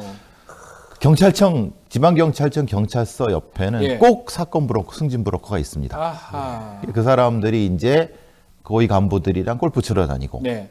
가다가 이제 형님 동생 하면서 사건 이렇게 하는데 문제는 이제 변호사분들은 사건을 가지고 법정까지 가서 뭘 해결하잖아요. 네. 법조 브로커가. 근데 이제 사건 브로커는 거기까지 못 가게 만드는 거죠. 아, 아예. 사건을 딱 중간에 그래서 끊어버리는, 컷해버리는 커트시키는, 거죠. 돈 받고. 그게 문제고 그런 사람이 다시 승진에 개입하는 겁니다. 네. 왜냐하면 밑에 있는 사람을 불법적으로 소개해주면 순서가 바뀌는 거예요. 능력이 있는 사람은 처지고 능력도 없고 비비는 사람만 올라가니까 네. 그게 사건 브로커, 승진 브로커가 되는 거예요. 그게 걸린 게 지금 이 사건이에요. 이런 사건이고 참 문제가 많습니다. 자, 뭐 아직 정확하게 재판 난 건 아니지만 이런 사건 브로커가 지금 문제가 되고 있는데 예전에도 과거에도 경찰 같은 뭐 이건 뭐 경찰 그건 검찰인가요? 하여튼 뭐 그런 게 있었던 것 같은데 예전에 한번 역사 조선시대라든지 예전 한번 돌아가 봅시다. 수사 방식이나 처벌 형태가 어땠는지 뭐 백이성 우리 선생님 좀 짚어주시면 좋을 것 같습니다. 이거는 이제 그 네. 아무래도 우리가 목구멍이 유명한 속담 목구멍이 포도청 예, 여기에 이제 여기 있습니다. 포도청이라는 네. 이 기관이 있어가지고 아. 우리 경찰 역할을 했습니다. 그렇죠. 포도청이 네. 이제 맞아요. 기억이 나요. 아이고 목구멍이 포도청이요. 포도청이다. 이런 어떤 말에 예. 그 대비죠. 어원이 되군요 이게. 예, 예. 말 그대로 국가 공권력이라는 거죠. 이 공이라는 것이 무서울 공입니다. 네. 국가가 무섭게 아. 하는 그 공권력이라는 거죠. 예. 종이품이 좌우 포도청 대장입니다. 네. 우리가 포도대장이라고 하는 것이 바로 종이품. 네. 굉장히 고위관직입니다. 오. 이게 종이품. 예. 그다음에 종육품이 우리가 드라마에서 자주 보는 예. 다모의 이서진이 나오는 포도청 종사관이 되겠습니다. 아, 종사관들이 예. 종육품이다. 아프냐? 너도 예. 아프다. 나도 아프다. 나도 아프다. 예. 그러니까 뭐라 그럴까요? 지금으로 치면은 네. 이게 이제 경정쯤 된다 그래요. 예. 아, 예. 종육품이 예. 경정 정도 된다. 예. 수사과장, 경정 형사과장 예, 예. 뭐 정도 되는. 예, 실무를 담당하는. 예, 예. 예. 네, 뭐 잡아와 그러면 예 알겠습니다. 뭐 이런 이른바 수사반장의 역할을 예. 하는 예. 것이죠. 네, 그래가지고 이 포도청이라는 게 좌포청, 우포청으로 나눠가지고 오, 좌포청, 우포청요. 예, 우좌의 개념입니다. 아. 좌우의 개념인 거죠. 우자는 누굴 예. 기준이냐면 임금을 중심으로. 아, 임금을 기준으로. 임금이 임금. 보시는 데서 좌고 오은 거. 그러니까 말하자면 임금이 여기 딱 계시면은 내가 내려다 보는 거는 경기자도, 경기우도. 전라자수. 우리 예. 자수형, 우수형도 그랬던 예, 똑같습니다. 맞습니다. 임금 맞습니다. 기준으로. 예, 맞습니다. 네, 그렇습니다. 예. 요것도 마찬가지로 임금 기준으로 예. 좌쪽은 좌포도청, 네. 우쪽은 우포청. 우포청의 우포도청. 예. 우포청의 지금 위치를 보시면 네. 광화문 우체국이 지금 우포청이고요. 아. 좌포청이 어디 있냐면 좌포청에. 그 저기 단성사 극장이라고 저 종로 3가요. 거기 그 영화관이 위치가 또- 위치가 거기입니다. 예. 임금의 기준으로, 예. 좌우가 네네. 딱 된다. 네네. 와, 놀라운데. 그러면 종이품이 경찰서장 같은 건가요? 예, 뭐 그렇게 보셔야죠. 포도대장이? 아니면 경찰청장으로 보셔야 청장 정도? 예, 예. 그러니까 이제 이게 소속이 아마 병조 소속인가요? 네, 이게 병조 소속의 장관 밑에 차관 정도의 그러니까 좌포장, 우포장으로 견제가 될 수 있게끔 하는 게 이제 포장의 개념이니까 두 분이 계신 거, 둘이 있는 거고 종사관이 3명씩 있는 거고 우리가 보는 사람들은 누구냐면 포도 군관들입니다. 잡아라 하고 그런 포도 군관들이 수십 명이 있는 거고. 잡아라 하면은 막 군관들 삼지창 들고 막 뛰어가는 그 밑에가 이제 포도 군사. 포졸들 아니에요? 그러니까, 포졸들? 그러니까 포도 군관이 있고 잡아라 하는 게 거고 쫓아가는 게 포도 군사고. 저는 궁금한 게 포졸들이 이제 그 삼지창 들고 있잖아요. 창 같은 거. 그게 조금 이해가 안 되는 게 전쟁 갈 때도 그걸 들고 갑니까? 저는 그 역사 드라마라든지 역사 이제 영화를 보면서 제일 이해할 수 없는 게 지금은 좀 바뀌었던 것 같은데 예전에는 보면 아니 경찰이거든요. 제가 알기로는 포졸은 경찰이 임진왜란 때 뭐 삼지창 들고 그 조총하고 싸우면 이깁니까? 그게 좀 이해가 안 됐었어요. 대충 만든 것 같기도 하고. 그건 좀 다릅니다. 왜냐하면 그 한성 안에는 군대가 들어올 수 없습니다. 그렇죠. 왜냐하면 그거는 이제 좀 이따 말씀해 주시겠지만 이건 우리가 흔히 말하는 치안이고 정규 병력은 도성 밖에 있는 거고요. 여기는 치안 병력입니다. 말씀하신 건 이런 전쟁 무기가 아니라 전쟁 무기가 아니죠. 유모방망이 같은 이런 형태를 그렇죠. 가지고 하는 거죠. 아마 이게 역사 고증을 하기보다는 그냥 조금 이렇게 편하게 만들려고 했던 게 아니라 제 개인적으로 생각이 들기도 하고. 고증을 그렇게 드라마에서 하진 않습니다. 알겠습니다. 자, 잠깐 얘기했던 그 사건 브로커. 과거에도 이 포도청 관리가 뇌물을 받고 사건을 무마해주는 그런 비리 같은 게 좀 있었습니까? 또 포도청 관리들이 어떤 뇌물이나 비리를 저지르면 처벌은 어떻게 되는 겁니까? 이거는 그 말 그대로 우리가 잘 아는 사람 중에 좀 선한 사람으로 포장되어 있는 사람이 있습니다. 누구죠? 인조 반정의 주역이라고 알려져 있는 이괄입니다. 이괄의 난이죠. 이괄의 난을 했던 사람인데 뭐 이 사람이 뭐 인조 반정을 사실상 주도했는데 그렇죠. 논공 행상에서 뭐 3등으로 밀리니까 그래가지고 지방 한직으로 뭐 이래 가니까 뭐 불만을 품고 뭐 이렇게 했다. 이래가지고 좀 불쌍한 사람. 약간 저도 그렇게 뭔가 좀 청렴결백했는데 불쌍한 사람. 이렇게 되는데 아닙니다. 전혀 그렇지 아닙니까? 않습니다. 광해군을 직접 체포했던 포도대장입니다. 이 사람이. 그리고 포도대장으로서 이 사람이 상당히 그 권세를 누렸던 사람입니다. 그러다 보니까 막 그 인조 반정의 주역들이 그 권세가 필요해서 잠깐 빌렸다가 그 막 하고 나니까 좀 귀찮아졌던 거죠. 그래가지고 이렇게 외방으로 빼돌린 겁니다. 그렇습니까? 그러니까 이 사람이 보면서 나는 억울하다. 나는 말이지 내가 이렇게 최선을 다했는데 어떻게 나를 이렇게 홀대할 수 있느냐 있는 걸 알고 뭐냐 하면은 저 아들을 어떻게든 역모로 집어넣자라고 해가지고 그렇게 아들을 역모로 집어넣으니까 이거는 나에 대한 도전이다 이래가지고 난을 일으킨 거예요. 약간 그런 이제 역사적 건 제가 알기로는 이제 이괄이 그런 얘기를 하죠. 아들을 잡아놓고 나를 부르는 거는 사실은 나를 죽이는 거다. 그렇죠. 그래서 내가 이제 역모를 할 수밖에 없다. 뭐 이렇게 얘기를 하는데 오늘 좀 들어보면 조금 다른 부분이 많네요. 좀 상당히 권세를 누렸던 사람입니다. 이 권세를 누리지 않았다면 광해군을 자기가 잡고 말이지 임마 이거 어떻게 할까요? 임마라 합니까? 이게 이제 포도대장을 둘 둔 이유가 있죠. 서로 견제하라고. 그렇죠. 좌우. 그러니까 좌포장, 우포장을 둔 이유가 있는 거고. 우리가 지금 우포장은 경기도 오른쪽이죠.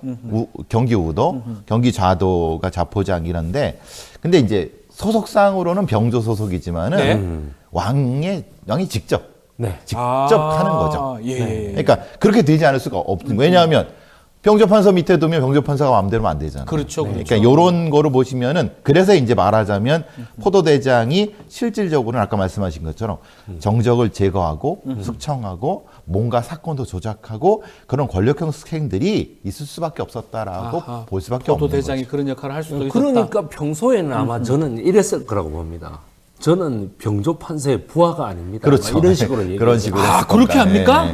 아마 그렇게 됐을 겁니다. 계급에 충성하지 않고 나는 사람에 충성하지 않고 조직에 충성한다. 이랬을 거예요. 그러니까 법무부 장관이 있고 검찰청장이 있지만 총장이 있지만 검찰총장이 법무부 장관, 내가 당신 저 사람에 충성하지 않습니다. 저는. 하고 저는 부하가 아닙니다. 뭐 이러면서. 저 포도대장입니다. 저. 똑같았을 겁니다. 사실은 지금 보시면은 지금의 아마 그러지 않았을까. 서울경찰청 자리가 어디냐면 거기 광화문에서 오른쪽에 있지 않습니까? 서울경찰청이. 예, 지금 그래요. 지금 이렇게 있죠. 지금 강화문 바로 오른쪽에 거기에 둔 이유도 이제 그 포도청의 개념으로 광화문을 지킬 수 있는. 왜냐하면 그 육조거리 뒤쪽에 있는 그렇죠, 거니까. 맞아요. 근데 서울경찰청의 문이 원래는 광화문 쪽에 있습니다. 바로 대통령이다. 임금 보러 갈 수 있도록. 그래서 돌려놔버렸어요. 포도대장이. 그래서 돌려놔버렸습니다. 보시면 아시겠지만 문이 바깥에 있습니다. 바깥에 있죠. 그러니까 지금은. 권력을 경계하려고 돌려버렸어요. 야, 역사적 또 지리적 또 재밌긴 한데 지금 비리 경찰들 역사적으로 얘기를 했는데 또 현대와 과거를 통틀어서 좀 좋은 경찰들도 있었지 않습니까? 그럼요. 네. 있죠. 아주 그 민중의 지팡이로서의 역할을 확실하게 한 사람들이 있습니다. 누구 소개 좀 해주십시오. 그 사람이 바로 뭐 조선시대로 가면은 뭐 사람은 있지만 조금 이름이 여러분들에게 뭐 익숙하진 않을 테고, 제가 한국전쟁 때를 보면은 뭐 차일혁 같은 사람들. 차일혁. 차일혁이 경무관으로 승진, 나중에 사후에 이제 추정됐습니다만은 이 사람은 독립운동가 출신입니다. 자기 아버지가 차경석 씨. 차경석. 차경석 보천교회 교주죠. 자기 아버지가. 그래서 그 독립운동 하는 거를 어렸을 때부터 늘 보고 자랐습니다. 그래서 뭐 경찰을 전부 다 일제 친일 경찰 출신들이다 이래 생각하는데 아닙니다. 차일혁을 중심으로 하는 독립군 경찰에 그것도 있습니다. 그러니까 우리가 잘못 알고 있는 차일혁 경무관. 경무관이 친일 경찰이 대다수였던 건 맞습니다. 그런데 그 중에서도 친일 경찰 중에 저희 외삼촌도 있었습니다. 항상 저는 부끄럽게 생각합니다만. 근데 그 이제 얘기 말을 합니까? 돌아가셔서 상관없습니다. 근데 이제 독립군 출신이 다 15분 계십니다. 그 중에서 차일혁 경무관은 대단히 그 존경받을 만하고 지금 우리가 지리산에 유명한 고찰들이 많은데요. 이승만이 그 공비토벌하라고 다 불태우라 그랬어요. 근데 차일혁 경무관은 못한다. 이거는 국가의 문화유산, 우리 민족위원회에서 못한다고 해갖고 지켜내. 지금 있는 지리산의 그 고찰들이 이분이 지켜낸 겁니다. 그 정도로 또 대단하신 분이시고요. 문화재를 지키기 위해서 명령을 거부했던. 더 중요한 건 아까 말씀하신 것처럼 독립운동가 출신 경찰은 아주 드뭅니다. 아주 존경받은 분이시고 우리 또 이분 말고 알려던 분이 안병하 경무관이시죠. 안병하 경무관. 광주 민주화운동 때 신군부의 진압 명령을 거부해갖고 보안사 고문 받고 돌아가셨습니다. 사망했죠. 그래서 존경받는 경찰은 두 분이시고 과거도 얘기해 주시죠. 과거 포도대장. 과거 포도대장이 그 이른바 검계 조선의 영조 때에 조선에 그게 있었습니다. 치외법권 지역이 있었습니다. 검계라는 게 뭐냐 하면은 주인을 칼로 찔러 죽인다 이 말이에요. 그래요? 이른바 살주계라고 하는 게 있었어요. 그게 있었는데 그거를 일망타진했던 그 포도대장이 있습니다. 장붕익이라는 사람. 이름이 장붕익입니까? 포도대장? 붕익이. 나오네요. 장붕익. 장붕익 씨. 그래가지고 이분이 그 포도대장으로 장붕익 씨 이러니까 되게 낯선데요. 이름이 참 어렵네요. 굉장히 유명한 분이 있죠. 궁익. 이완 대장이라고. 이완. 이순신 장군의 조카. 맞습니다. 말하자면 효정을 더 북벌을 했던 사람 아닌가요? 이완 대장이시고 그리고 이제 그 유명한 분이 또 계신 분이 이시의 난을 평정했던 이양생이란 분도 계시고. 이양생도 있고. 상당히 그 포도대장들 중에는 워낙 그 자리가 그래서 그런지 굉장히 그 훌륭한 분들이 많으셨는데 포도대장들 다 역대 포도대장들이에요. 근데 문제는 우리가 포도대장이라고 하는 사람이 정치인이 아니기 때문에 별로 이렇게 관심을 안 뒀던 것 같습니다. 그 이름들이 알 듯 말 듯. 그렇죠, 알 듯 말 듯. 이완 대장 정도밖에 이완 정도 알 것 같긴 한데. 자, 지금 이제 포도대장 말하는데 저는 아직 계속 궁금한 게 금부도사도 있었고 뭐 있었던 것 같거든요. 검찰하고 법원하고 뭐 이런 그런 사법기관 지금하고는 뭐 조선시대 다른데 조선시대는 어떻게 나눠진지 그것도 좀 설명 좀 해주십시오. 의금부가 있었습니다. 먼저. 의금부는 지금으로 따지면 이걸 뭐라고 말해야 되느냐 하면은 그 국정원이죠. 국정원의 대공수사권 이런 거 있지 않습니까? 국정원이. 뭐 지금은 없어졌지만은. 뭐 그러니까 그러한 거를 의금부가 담당하고, 아하. 예, 그 다음 포도청이 그런 어떤 경찰의 역할을 담당하고, 예. 그 다음에 또 저기 뭐 내금이라는 게 또 있었어요. 내금이. 예, 내금이라는 게 뭐냐면은 그 이른바 왕실의 역적을 이렇게 다스리는 거 있잖아요. 내금이도 되게 세네요. 예, 그럼 내금이가 아주 민정수석 같은 거 아니에요? 예, 민정수석이죠. 지금 바로. 따지면. 예, 오. 지금 그 내금이의 대장이 동부승지라는 그 직책입니다. 예. 상당히 유명한 직책이죠. 승지. 예, 그래가지고 뭐냐면은 왕실의 안녕을 도모하는 이른바 공안 수사권을 모두 가지고 있었던 동부승지가 되겠습니다. 의금부도 있었고 의금부가 여러 가지 역할을 하긴 하지만 중요한 거는 이제 지금 같은 국정원 같은 역할도 예, 하면서 왕실에 아주 있는 건 내금이. 예, 내금이가 내금이. 딱 있었고 그렇습니다. 또 포도청은 이제 일반적인 경찰청 네. 얘기를 한 게 내금이는 보면 대통령 경호실 정도 될 수도 경호실 있겠네요. 정도 경호시면 되는 거. 호의도 맡고 뭐 그것도 하는 거라서 승정원의 동부승지가 만든 승정원이라고 하는 도승지 밑에 자부승, 요부승지, 우부승지가 맞는 그런 형태로 말씀하시는 것 같습니다. 예. 그러면 예전에 진짜 이런 얘기 질문 드리면 좀 유치할 것 같은데 누가 제일 셌어요? 포도대장하고 금부도사하고 내금이 그 동부승지하고 아니 정확하게 세 명 말씀드리면 만나면 동부승지가 가장 셉니다. 임금 바로 옆에 있으니까. 예, 바로 옆에 있습니다. 우리가 이제 말하면 도승지나 영의정은 명목상에 있는 사람이고, 네, 네. 그러니까 좌우에서는 우가 네. 더 이제 실제적으로 센. 예, 그래서 이제 아마 동부승리가 네. 이렇게 될 겁니다. 가장 높습니까? 네. 높다기보다는 실권이 있는 거죠. 실권이. 어떻게 보면 예. 대통령 경호실장이 가장 높다. 야, 경찰청장 야, 말 들어. 이런 느낌도 드네요. 평소에 임금을 벼슬아치들이 잘 못 봅니다. 그렇죠. 그러니까 경호실장만 보는 거예요. 동부승지는 계속 볼 거 예. 아닙니까? 그러니까 동부승지가 한번 나쁜 마음 먹으면 얼마든지 어명을 조작할 수 있는 겁니다. 이게 이제 경찰도 마찬가지예요. 경찰청장이 높겠습니까? 서울경찰청장이 높겠습니까? 아니면은 네. 백일 단장이 높겠습니까? 라고 하면은 경찰청장이 직급은 높은데 잘 못 봐요. 근데 대통령을 직은에 모시는 백일단장 매일 볼 거 아니에요? 매일 보니까 급 누가 더 없습니까? 라고 똑같은 거죠. 그렇게 또 해석이 되네요. 그렇습니다. 역사적으로 참 재밌습니다.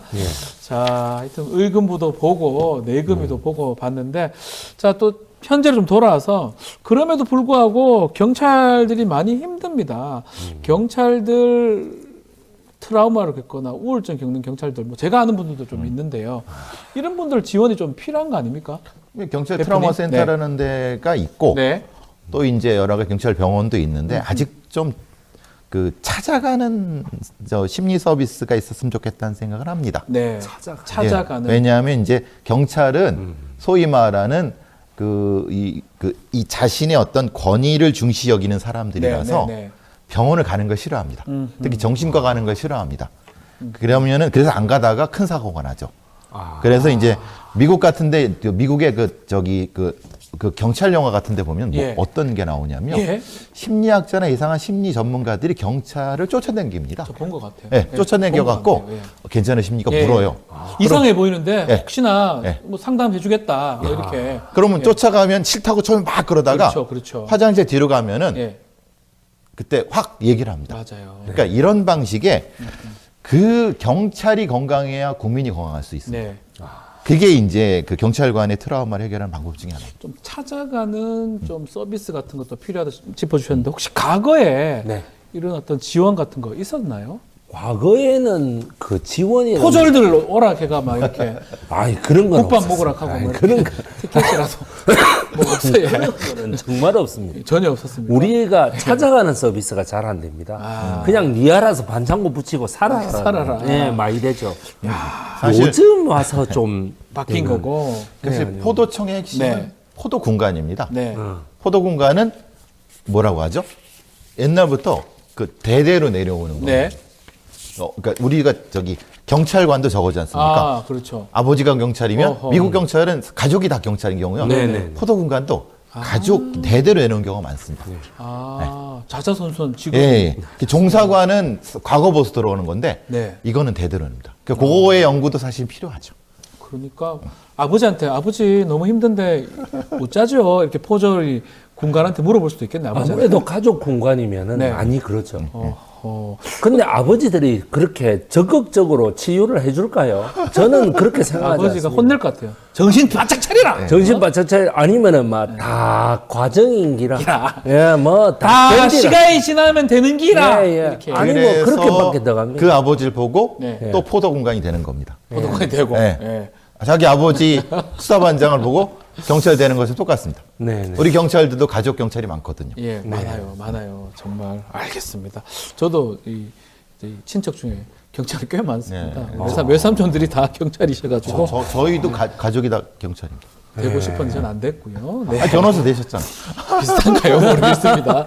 알겠습니다. 자, 오늘 얘기는 여기까지 듣겠습니다. 자, 지금까지 배상훈 프로파일러 또 백이성 역사 크리에이터와 함께했습니다. 오늘 말씀 고맙습니다. 감사합니다.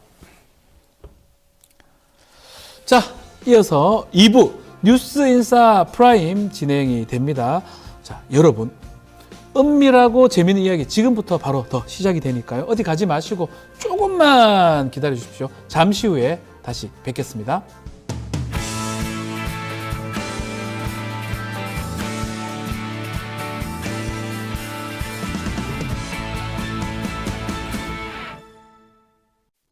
자, 한 발 더 들어가는 고품격 시사담 뉴스 인사 프라임 바로 시작하겠습니다. 수요일 시간에는 정치 뉴스를 유쾌하게 배달합니다. 정치 배민 시간이죠. 자, 오늘도 배종찬 인사이트캐 소장, 이상민 PD 두 분 나오셨습니다. 안녕하십니까? 네, 반갑습니다. 안녕하십니까? 안녕하십니까? 자, 우리 이상민 PD 지난 시간에 김성태 원내대표 갑자기 하는 바람에 많은 분들한테 좀 기쁨을 주셨습니다. 하지 말라는 얘기도 있었습니다. 아닙니다. 왜? 월요일 날. 혹시 본인들이 이렇게 보고 네. 좀 불편하다 하시는 분도 있을까요? 하지 말아 달라. 아직까지는 없었던 없죠? 것 같습니다. 네네네. 기분 다 좋아하시죠 대부분. 근데 기분은 좋아하는 내색은 아니었습니다. 아, 그러나 국민들이 좋아하시니까 예. 우리가 참는다 이렇게 감내하는 모습. 우리가 프라임이니까 예. 제가 정말 비밀을 공개하면 어떤 거죠? 조국혁신당의 조국 대표가 직접 연락을 했어요. 그건 있었습니다. 조국입니다. 그만하십시오. 이렇게. 아니. 조국 대표가 예. 주말에 쉬고 있는데 네. 전화가 온 거예요. 네네네. 제가 전화번호를 몰라가지고 안 받았습니다. 네. 근데 조국입니다. 조국입니다. 감사하다는 뜻 전하고 싶어서 전화드렸습니다.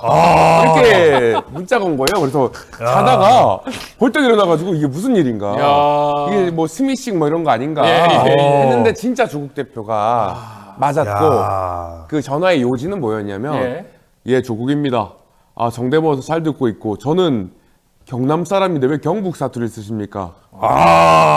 경남 사투리는 바로 이것입니다 하면서 박지훈 변호사는 경북인데 한 5분간의 강연을 좀 제가 해줬습니다. 솔직히 얘기를 좀 하려고 그랬거든요. 네. 그거 이제 다른 지방 사람들은 경북, 경남을 구별을 못 합니다. 네네. 경북 쪽은 좀 앞쪽에 쏠려 있어요. 맞아요. 경남이나 부산 쪽은 뒤쪽으로 가요. 그렇죠. 그게 마산이잖아요. 우리 네네네. 전 중간에. 예, 저희는 앞에 가 있어요. 성격이 급하기 때문에. 그래서 예. 이게 막 5분간에 막 뭐 경남은 이렇고 뭐 이렇게 경북은 이렇고 해주시는데 조국입니다 하면 네. 대구고요. 네 조국입니다 하면 조국입니다. 부산이에요. 부산이죠. 전혀 사실이 조국입니다 아닙니다. 하면 대구고요. 예. 차이가 있어요. 예. 아이고, 강연이 재미는 없었습니다. 홍준표는 대구입니까 경남입니까? 망자하다. 홍준표 예. 대표에 대해서 설명해 주셨습니다. 예. 홍준표 대표는 안녕하십니까 홍준표입니다.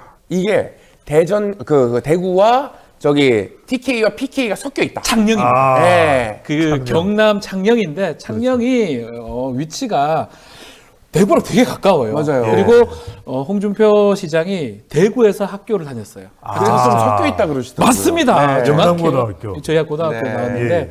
그래서 아마 그런 게 아닌가 생각. 오 재밌네요. 재밌네요. 오늘 그냥 이거 이걸로 하죠. 사투리 할까요? 재밌네요. 사투리 얘기할까요? 생활 사투리. 그래가지고 네. 그 전화를 받고 나서 또 좀 내용이 바뀌었죠. 뭐가요? 어떤 아니 네. 더 똑같아졌어요. 그래요? 그래서 조국 대표가 그랬어요. 억수로 똑같습니다. 그래서 근데 사실 그 뒤로는 예. 성대모사 잘 못하겠어요. 부담스러워서. 전화가 또 올까봐. 부담스러워서. 야 그거 아니다 이럴까봐. 역시 하여튼 너무 잘하니까. 저도 가끔 전화 와요. 성대모사 할 수 있습니까? 진짜 안 똑같다 이러면서. 너무 안 똑해. 진짜 안 똑같다. 아, 그건 댓글로도 달립니다. 혹시 할 수 있는 거 하나? 그런데 재밌다.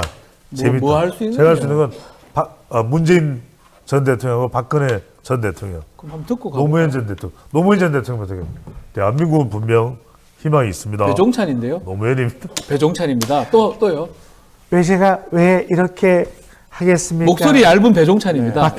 예, 또요. 호호호. 웃고 있는 배종찬 소장입니다. 다 배종찬입니다. 모사가 안 되는 제가 들을 때 다 배종찬 소장입니다. 평산책방 오세요. 누가 봐도 배종찬 소장이죠. 네, 알겠습니다. 자, 국정 지지율이 20% 떨어지면서 대통령 지난 금요일 날 여야 영수회담 하자 제의를 했고요. 정치도 하겠다라면서 오랜만에 기자들하고 문답도 가졌는데 대통령 지지율이 토마토 조사에 따르면 약간 20대 후반 뭔가 그래도 더 떨어지진 않는 것 같은데 혹시 반등도 가능할까요? 그렇죠. 워낙 떨어졌으니까 지금 갤럽에서는 역대 최저치입니다. 23까지 내려갔기 때문에 제가 봤을 때는 최근에 이 윤석열 대통령의 행보가 약간 오다다. 그게 뭐죠? 오바마 다큐를 봤다.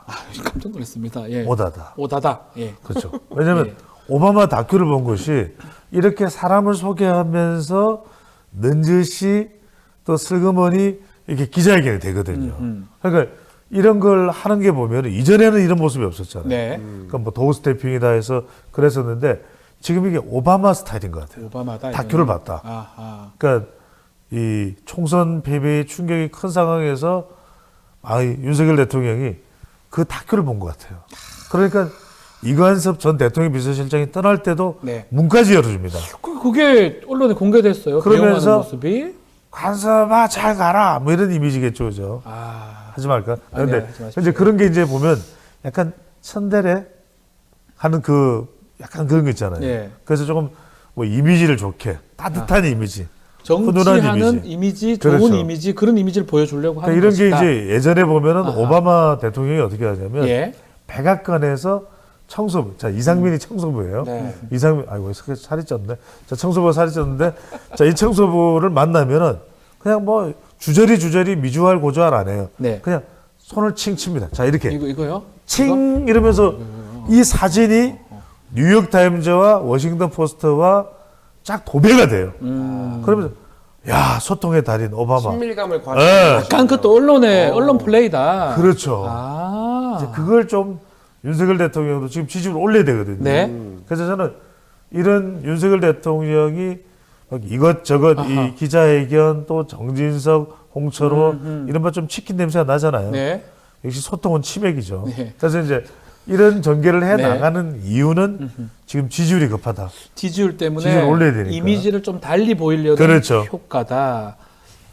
앞서가는 사람들과 뒤에서 오는 사람들. 노래만 안 했으면 좋겠어. 관섭이 형 잘 가요. 나 우린 진석이밖에 없어. 우리 족발, 빈대떡 이런 것도 쫙 놓고 허심탄회하게 정말 국정을 얘기하겠습니다. 노래도 제가 불러줬어요. 이임식 할 때. 우리 진석이 형 얼마나 일을 그래요? 노래 불렀어요? 불러줬잖아 내가. 먹을 때가 아니지. 아유 장모님 죄송합니다. 아유 잠깐만 그 얘기 또 하셨군요. 슬픕니다 정말. 다음 달에 또 가석방이 또 있으니까요. 지켜보기로 하고요. 이게 진짜 언론을 좀 보고 이렇게 좀 하는 거다. 그러면 이렇게 하게 되면 언론에서 좋게 반응하는 겁니까? 그래도 조금 달라지지 않을까요? 그러니까 뭐 확연히 달라지기는 어렵다 하더라도 그래도 그동안에는 뭐 변하지 않는다라고 하는 또 지적과 비판이 많았고 지난해 10월 달에 강서구청장 보궐선거 이후에도 사실 핵심 메시지는 그거죠. 변해라. 무려 17.5% 득표 차이로 민주당 후보가 당선이 됐는데 그때 정신 차려라. 국정이 바뀌어야 된다는데 결과적으로 안 바뀌었잖아요. 전혀 바뀐 게 그 이후에도 뭐 계속해서 해병대, 김건희 특검 그게 이제 쌓여왔는데 여기서 더 무너져 버리면 임기 내내 이 여소야대로 가는 유일한 대통령이 5년 내도록 그렇게 해야 됩니다. 바뀌어야 된다. 그러면 윤석열 대통령이 기댈 수 있는 것은 지지율밖에 없어요. 만약 한번 생각해 보십시오. 22대 국회가 5월 30일 날 딱 문을 열고 개원을 했는데 대통령 지지율이 10%대다. 10%요? 만약에 그럼 예. 난리가 나겠죠. 예. 적어도 35% 이상은 돼야 윤석열 대통령이 여소야대 국면에서 버틸 수가 있어요. 그러니까 지금 다 의식을 하는 거죠. 자, 비서실장 또 새 정무수석 이렇게 임명하는 것도 좀 소통에 신경 쓴다. 또 나와서 소개를 하면서 기자회견을 하는 것도 그런 이유. 또 장모를 네. 빨리 이 보석이나 이렇게 안 하는 이유도 가석방이죠. 눈치를 보는 거죠. 가석방 근데 법무부에서 뭐 결정을 한 거기 때문에. 서구청장 선거가 얘기가 나와서. 잠깐만요. 김성태. 민생이 정말 어렵고 경제가 정말 사실상 정말 국민들이 사기가 힘들게 불편해. 정말 국정은 두 번 그 대통령실에서 정말 잘하겠다 해서 생각합니다. 취하신 건 아니죠? 아닙니다. 가만히 계세요. 그 각성구 청장 선거 재보선 선거로 사실상 여당이 민생은 도보지 않는다 이런 그 프레이밍에서 벗어날 필요가 있습니다. 사실 그렇게 생각합니다. 사실상 그렇다. 강서구청장, 강서구 의원 하셨으니까. 아니, 제가 직접 만났는데 이 정도는 더듬지는 않으시던데. 그리고 저도 이제 직접 뵈면 대화는 됐는데 뭔지 모르겠어요. 사실상밖에 안 들려가지고. 박지훈 변호사를 통해서 고소가 될 수도 있겠네요. 왜 고소가 돼요? 고소는 하진 않을 것 같은데 하여튼 뭐 강서구청장 얘기가 나왔으니까 우리 김성태 전 원내대표도 좀 얘기를 좀 해주셨습니다. 자, 중요한 거는 그런 것 때문에 결국은 이재명 대표 실무회담 영수회담을 위한 실무 협상을 했는데 조금 문제가 정무수석 홍철호 수석 임명되면서 시간도 늦어지면서 혼선도 있었고 40분 정도 진행만 했거든요. 그러니까요. 너무 이게 의제 조율 가능합니까 이래가지고 저는 이 의제 조율을 다 내려놔야 될 것 같아요. 왜냐하면 일단은 만나야 된다. 일단 만나야 물론 된다. 그냥 빈손으로 만나는 게 무슨 의미가 있냐는 얘기가 되지만 저는 국민들이 만나서 큰 성과를 내야 된다고 생각하지 않아요. 하지만 작은 성과 앞으로 좀 힘을 합하자. 민생에 신경 쓰자.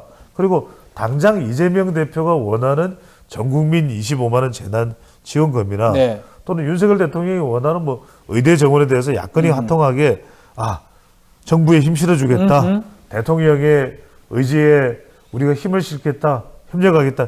이런 것까지는 끌어내지 못하더라도 가령 소상공인 지원한다든지 전세 사기 특별법에 대해서 여야가 더 적극적으로 협력한다든지 얼마든지 그런 데서 만나서 어떤 얘기를 해야 된다. 그렇죠. 그래서 뭐 이야기를 다 할 수 있습니다. 특검 이야기도 하고 재난지원금 이야기하기도 하고 윤석열 대통령은 또 거대 야당이 특검 가서는 안 된다. 다 할 수 있는데 저는 큰 성과를 기대하지만 일단 빨리 만나라. 일단 먼저 만나는 게 급선무다. 그렇죠. 왜냐하면 남북관계 이야기부터 해서 지금 이란, 이스라엘 국제 정세가 불안하고 해야 될 이야기가 많거든요. 저는 이재명 대표에게 묻고 싶어요. 이재명 대표도 지금 그렇게 어떤 주제든 재난지원금 받아들이지 않더라도 만날 생각을 가지고 있을 거예요. 이재명 대표 그럴까요? 이번 총선에서 압도적으로 어느 당을 밀어줬습니까? 배종찬 소장님? 네? 제 민주당 밀어주지 않았어요? 민주당을 밀어준 만큼 민의를 정말 책임지고 정말 민의를 담는 그런 얘기를 해야 되는데 그 어떤 의미로든지 만나야 된다 이런 동의하기 어렵고요. 저희는 25만 원 지원금 그리고 거부권 사과 요구 최상병 특검 이거 반드시 관철시킬 거다 이렇게 말씀드리겠습니다. 아니, 대표님께 질문해 보십시오. 여쭙고 싶은 좋습니다. 게 좋습니다. 아니 그 기왕이면 25만 원 말고 35만 원 어떻습니까? 뭐 배 소장께서 경제학 전공이신가요? 아니요. 그런 것도 아닌데 왜 그런 질문하시는지 모르겠고 사실은 승수효과라고 했습니다. 국가에서 돈을 이제 풀면 쉬운 말로 풀면 그 승수효과가 있는데 그 25만 원 저희가 과학적이고 검토한 거거든요.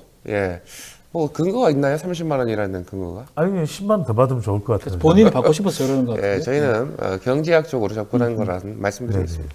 자, 지금 말씀 감기약은 드셨나 모르면서 이렇게 얘기해요. 감기약부터 좀 드셔야 될 것 같아요. 우리 이재명 대표 또 민주당에서는 민생지원금 25만 원 그리고 특검 얘기도 할 거고요. 대통령이 어제 또 얘기했던 것 중에 전화번호 저장해 놨다. 자주 얘기하겠다. 이런 얘기도 했습니다. 가시적인 성과 해동해서 혹시 볼 수 있을까요? 이재명 대표 원하는 거하고 조금 다를 수도 있을 것 같아요. 만나는 게 중요하다고 하셨지만. 아니 그러니까 워낙 굵직굵직한 주제예요. 그러니까 이걸 대통령과 야당 다수당의 대표가 네. 만났다고 해서 해결될 수 있는 현안 같지는 않다. 가령 이재명 대표가 이걸 대통령이 덥석 받아주면 좋을 만한 게 전국민 25만 원이거든요. 그렇죠. 기본 이 정책들을 워낙 또 좋아하니까요. 네. 그다음에 윤석열 대통령으로서는 이재명 대표가 의정 갈등에 힘 실어주고 그리고 우리는 특검 우선시 안 하고 대통령 도와서 민생 우선하겠다. 이걸 민생 원할 해결이 거예요. 우선이다 근데 하면 네. 해병대 특검 이야기 안 할 겁니까? 이거 굉장히 해야 될 것 중요하고 같은데요. 실질적 생각하면 그래서 저는 답 안 나온다. 그럼 답이 나올 만한 게 뭐냐면 소상공인을 위한 배려. 네. 그다음에 지금 국제 정세가 좋지 않은데 이란, 이스라엘 이런 국제 문제와 남북 관계에 대해서 공동 협력하겠다. 이런 정도만 이끌어내도 구체적이지는 않아도 국민들이 볼 때 좀 안심하게 되거든요. 저는 그 정도만 돼도 충분히 좋을 것 같아요. 그 정도가 예. 아마 최선일 것이다. 지금 그렇죠, 상황을 그렇죠. 봤을 때는 네. 알겠습니다. 일단은 뭐 영수회담이 결렬되거나 그러지는 않겠죠? 그러니까 지금 이제 네. 다음 주로 미뤄질 또 개연성은 있는 것 같아요. 왜냐하면 재판도 있고 이재명 그렇죠. 대표. 제가 홍철호 정무수석이나 천준호 의원을 다는데 네. 천준호 의원도 굉장히 꼼꼼한 성격이에요. 비서실장입니다. 예. 무진장 꼼꼼합니다. 천준호 의원이 저하고 동갑인데 그래서 이제 이 천준호 의원도 쉽게 물러나지는 않을 거예요. 의제 설정에. 네. 근데 저는 조금 내려놨으면 좋겠어요. 서로 이제 치맥하면서. 네. 그래서 이렇게 해동에. 자꾸 치맥 얘기를 자꾸 왜냐하면 하시니까. 국내가 있으니까. 자꾸 치맥 얘기를 자꾸. 깐부나 교촌으로 갈까요? 안 되죠. 여튼간에 예. 깐부 아이가. 치킨. 네. 깐부 아이가. 뭐 이렇게 예. 해서.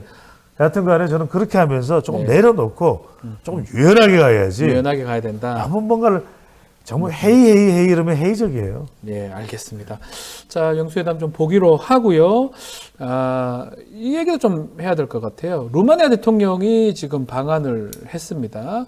그리고 윤석열 대통령 부부 총선 후에 첫 외교 행사를 했는데 비공개로 지금 아마 김건희 여사 참석을 했던 것 같은데 네. 어떻게 보십니까? 우선 김건희 여사 관련된 이야기를 하기 전에 우리 이상민 크리에이터가 약간 감기 기운이 있는데 김건희 여사가 돼요. 아니 우리 클라우스 베르네르 요하니스 루마니아 대통령을 만나가지고 정말 저기 클라우스 형님이 부인분이 아름다우시더라고요. 그래서 저희도 질 수가 없죠. 그래서 정상끼리 부부끼리 만난 겁니다. 근데 언론에서는 자꾸 그게 몰래 다시 나왔다 이러는데 정말 곤란합니다. 이건 인싸에서 좀 바로 잡아주십시오. 네, 바로. 네. 몰래 나온 건 아니죠? 숨어 있다 나왔습니까? 루마니아 영부인의 미모를 얘기하니까 네. 루마니아가 이 체조로 유명한 나라예요. 예전에, 그래서 예전에 루마니아가 드라큘라 아닌가요? 좀 가만히 계세요. 그래서 이제 흡혈귀 양 보는 거. 가만히 좀 계세요. 그래서 이 루마니아가 왜 나왔어요? 우리가 코마네치. 옛날 기억나요. 코마네치가 왜 유명하냐면 네. 만점 연기. 맞아요. 체조에서 만점 연기를 최초로 선보였던 맞아요. 이 선수가 코마네치. 지금 이상민 크리에이터는 코강기인데 코마네치가 정말 대단했어요. 그래서 지금 루마니아가 왜 중요하냐면 루마니아가 우리 방산에 관심이 많습니다. K방산. 원래는 루마니아가 러시아와 원래 워낙 가까운데 지금은 이제 조금씩 동유럽에서 나토 쪽으로 완전 편입은 아닙니다만 그쪽으로 이제 이 EU 쪽으로 조금씩 이제 다가오는 그런 단계죠. 근데 여기서 결과적으로 왜 비공개를 했겠냐? 그만큼 지금 대통령 지지율이 낮은 상태에서 김건희 여사 등장하면 지지율 더 내려가는 거 아니냐? 그래서 여기서 중요한 건 그겁니다. 해야 될 걸 해라.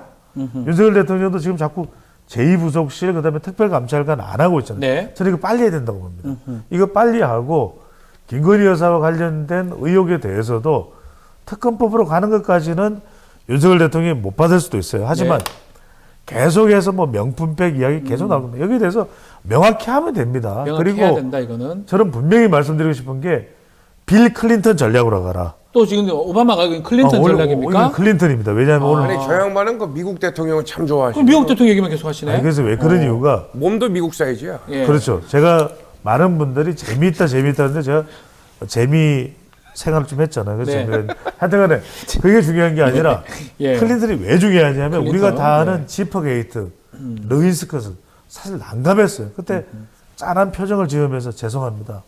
improper relationship. 아까 우리 동부성지 앞번에서 이야기했잖아요. 제가 그 동부성지 같은 사람인데 그래서 뭐냐 하면은 그 심리학자들이 경찰분들을 이렇게 치유해 주는 게 영화 원초적 본능, 베이직 인스팅크트 나오죠. 무슨 뭐하러 이야기를 하죠? 그렇죠. 근데 여하튼간에 클린턴 얘기를 해주십시오. 지금 빨리 클린턴처럼 저는 대통령이 명품백 관련해서도 제대로 얘기해라. 그렇죠. 그냥 해명하고 뭐 누가 와가지고 그렇게 해서 접근을 시도를 해서 또 명품을 가져왔는데 그건 절대 그거 잘못된 거고 그 월권 행위한 건 없는데 그걸 좀 받은 거라든지 뭐 이런 건 좀 거시기 했다. 뭐 요 정도 차원에서 설명을 하면 될 일이지.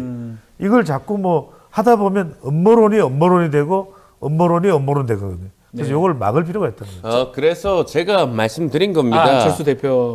정말 1년 5개월 만에 공식 석상에서 기자들하고 얘기한 윤 대통령 아니겠습니까? 네, 맞아요. 이제야말로 정말 제대로 된 정식 기자회견, 제대로 된 소통을 할 때가 됐다. 그렇게 생각하고요. 전당대회는 아무것도 정해진 게 없습니다. 안 물어봤어요. 나갈 것 같은데? 나갈 것 같아요. 안 물어봤나요? 예, 안 물어봤어요. 그러면 들어가겠습니다. 네, 들어가시십시오. 아무 말도 안 하면 아무 일이 없대잖아요. 없는데. 보세요. 그 실망입니다. 그 얘기를 또 합니까? 네. 이제 아무 말이나 막 할 겁니다. 이준석 대표가 당선이 됐네요. 네, 실망입니다. 실망입니다. 예, 알겠습니다. 안철수 전 대표 얘기까지 들어봤습니다. 결국은 뭐 김건희 여사도 이제 참석 공개를 해야 되는데 뭐 그러려면 구속실이라든지 좀 제대로 된 뭐 그런 게 필요하다. 우리 배종찬 그게 왜 그러냐면 짚어주셨네요. 총선 때 전에도 계속해서 그런 여론조사들이 나왔잖아요. 김건희 여사 관련된 이슈가 총선의 결정적 변수가 되느냐. 그렇죠.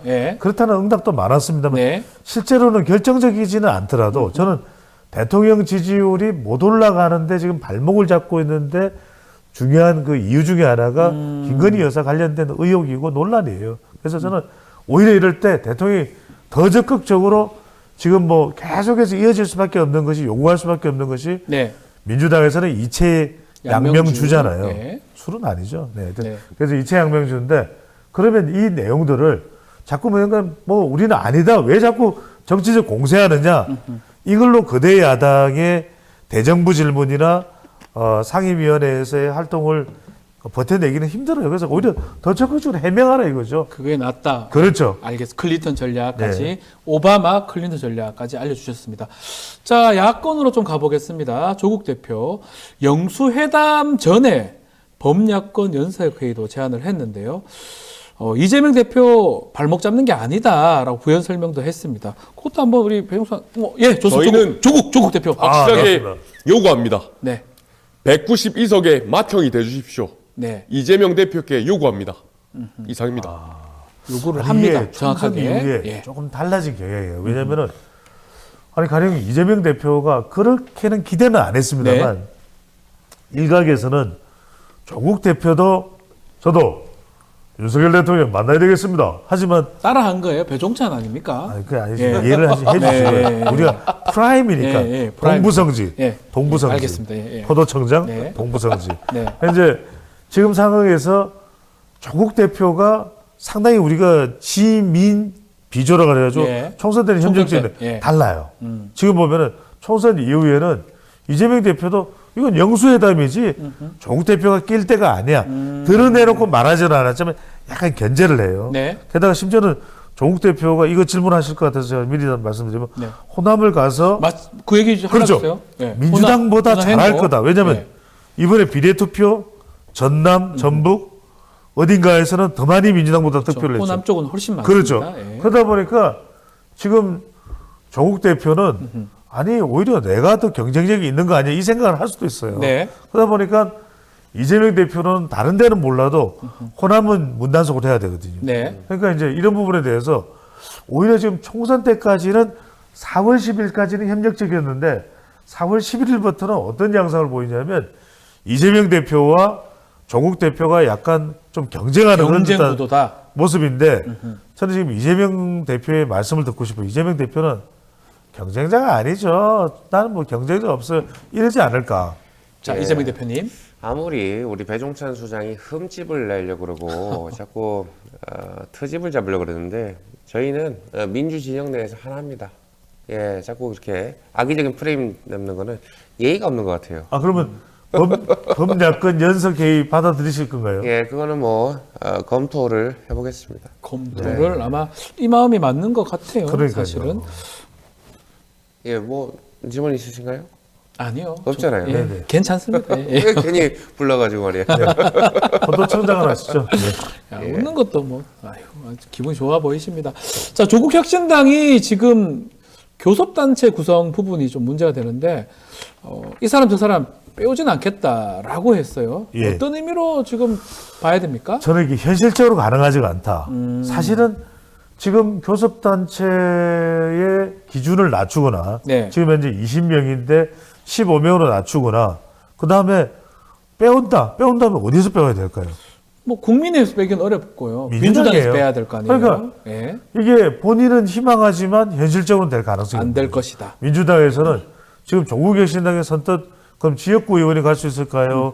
아니면 더불어민주연합에서 갈 수 어려워요. 네. 그래서 현실적으로 가능하지 않은데 힘만 빼다가는 자칫 잘못하면 조국 대표가 괜히 용서다가 잘 안 되네. 네. 올해가 또 용해네요. 그런 상황이 벌어질 수가 있기 때문에 오히려 이게 자충수가 될 수도 있다. 네. 괜히 안 될 일을 안 되는 줄 알면서 왜 그랬을까? 네. 그런 노래도 있지 않습니까? 그러다 그런 보니까 노래가 있어요? 예. 안 되는 줄 알면서 왜 그랬을까? 그렇습니까? 모르시는군요. 예, 처음 그래서 들어봅니다. 예. 그런 상황이 될 수도 예. 있기 때문에 그걸 차단의 현실적 인식을 한 것이다. 그리고 또 하나는 뭐냐면 네. 여기서 제가 이재명 대표는 표면적으로 협력적이라고 이야기를 하고 있지만 실제로는 안 그럴 수 있는 게 지금 이번에 국회의장에 나서는 조정식 의원이 무슨 이야기를 합니까? 네. 아니 200석이 재의결 기준인 것을 자기가 국회의장 되면 180석으로 낮출 수 있다 그러잖아요. 네. 그러면 교섭단체 15명이 기준 못 낮추겠습니까? 더 협력적이라면 아이고 당연히 우리는 범야권과 조국혁신당의 협력을 위해서 그렇게 해야지요라고 공약을 내걸거나 이재명 대표가 예. 더 적극적으로 나설 텐데 그렇지 않다라는 것은 견제하고 있다. 이렇게 봐요. 예. 저희는 어떻게 하면 좋겠어요? 그러니까요. 궁금했습니다. 뭐예요? 저희도 범야권입니다. 방법이 없나요? 없어요. 돌아가 보겠습니다. 진짜 새로운 미래는 정말 눈에 띄지가 않는 것 같아요. 김종민 의원도 뭐 지도부 다른 이야기 하시죠. 예, 알겠습니다. 뭘 해야 될지 모르겠는데. 자, 이제 좀 마지막으로 화제를 돌려서 국민의힘 비대위 부분, 관리형 비대위로 자리를 잡을 것 같은데 차기 비대위원장 누가 될지, 그렇죠. 한동훈 위원장 가능성 등등 좀 얘기해 주십시오. 아니 왜냐면 차기 비대위원장이기 때문에 이건 네. 차기 당대표가 아니잖아요. 네. 그러니까 전당대회와 관련해서는 한동훈 위원장이 나오느냐 마느냐인데 네, 그게 중요하겠죠.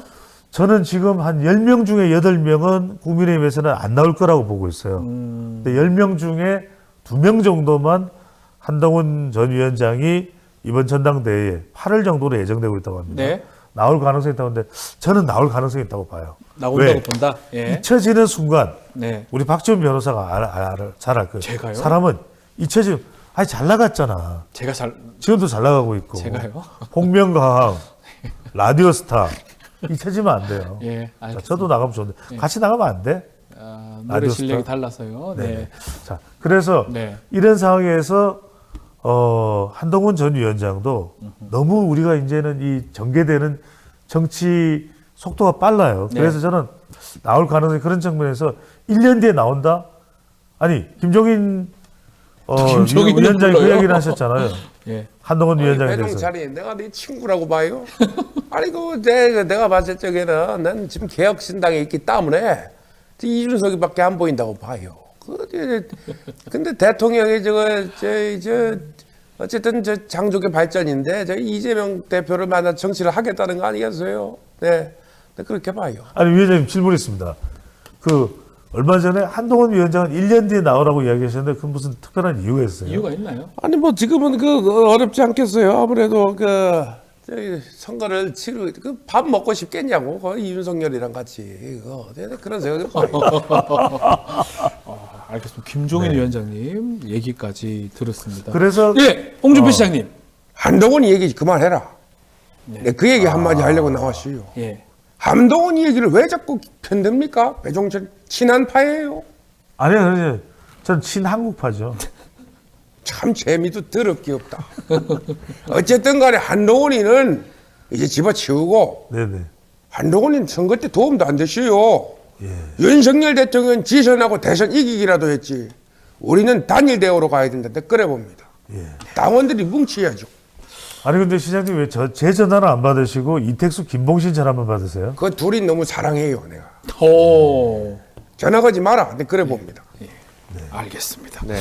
자, 홍준표 시장 얘기까지 들었습니다. 한동훈 전 위원장의 행보 관심이 많이 갑니다. 자, 시간이 다 됐습니다. 오늘 재밌었습니다. 시간 너무 짧네요, 이게. 그런데 성대모사는 하지 말아라는 글들이 좀 더 많은 것 같아요. 자제하겠습니다. 알겠습니다. 자, 두 분 오늘 말씀 너무 감사합니다. 배종선 소장님, 이상민 PD님 두 분 감사합니다. 네, 고맙습니다. 자, 뉴스인사 프라임 유튜브 멤버십 회원에게만 우선 서비스가 되고요. 당일 저녁 일반에 공개가 됩니다. 유튜브 멤버십 회원 가입 방법은 게시판에서 확인이 가능하니까요. 좀 많은 관심 부탁드리겠습니다. 저는 내일 아침에 다시 찾아오겠습니다. 고맙습니다.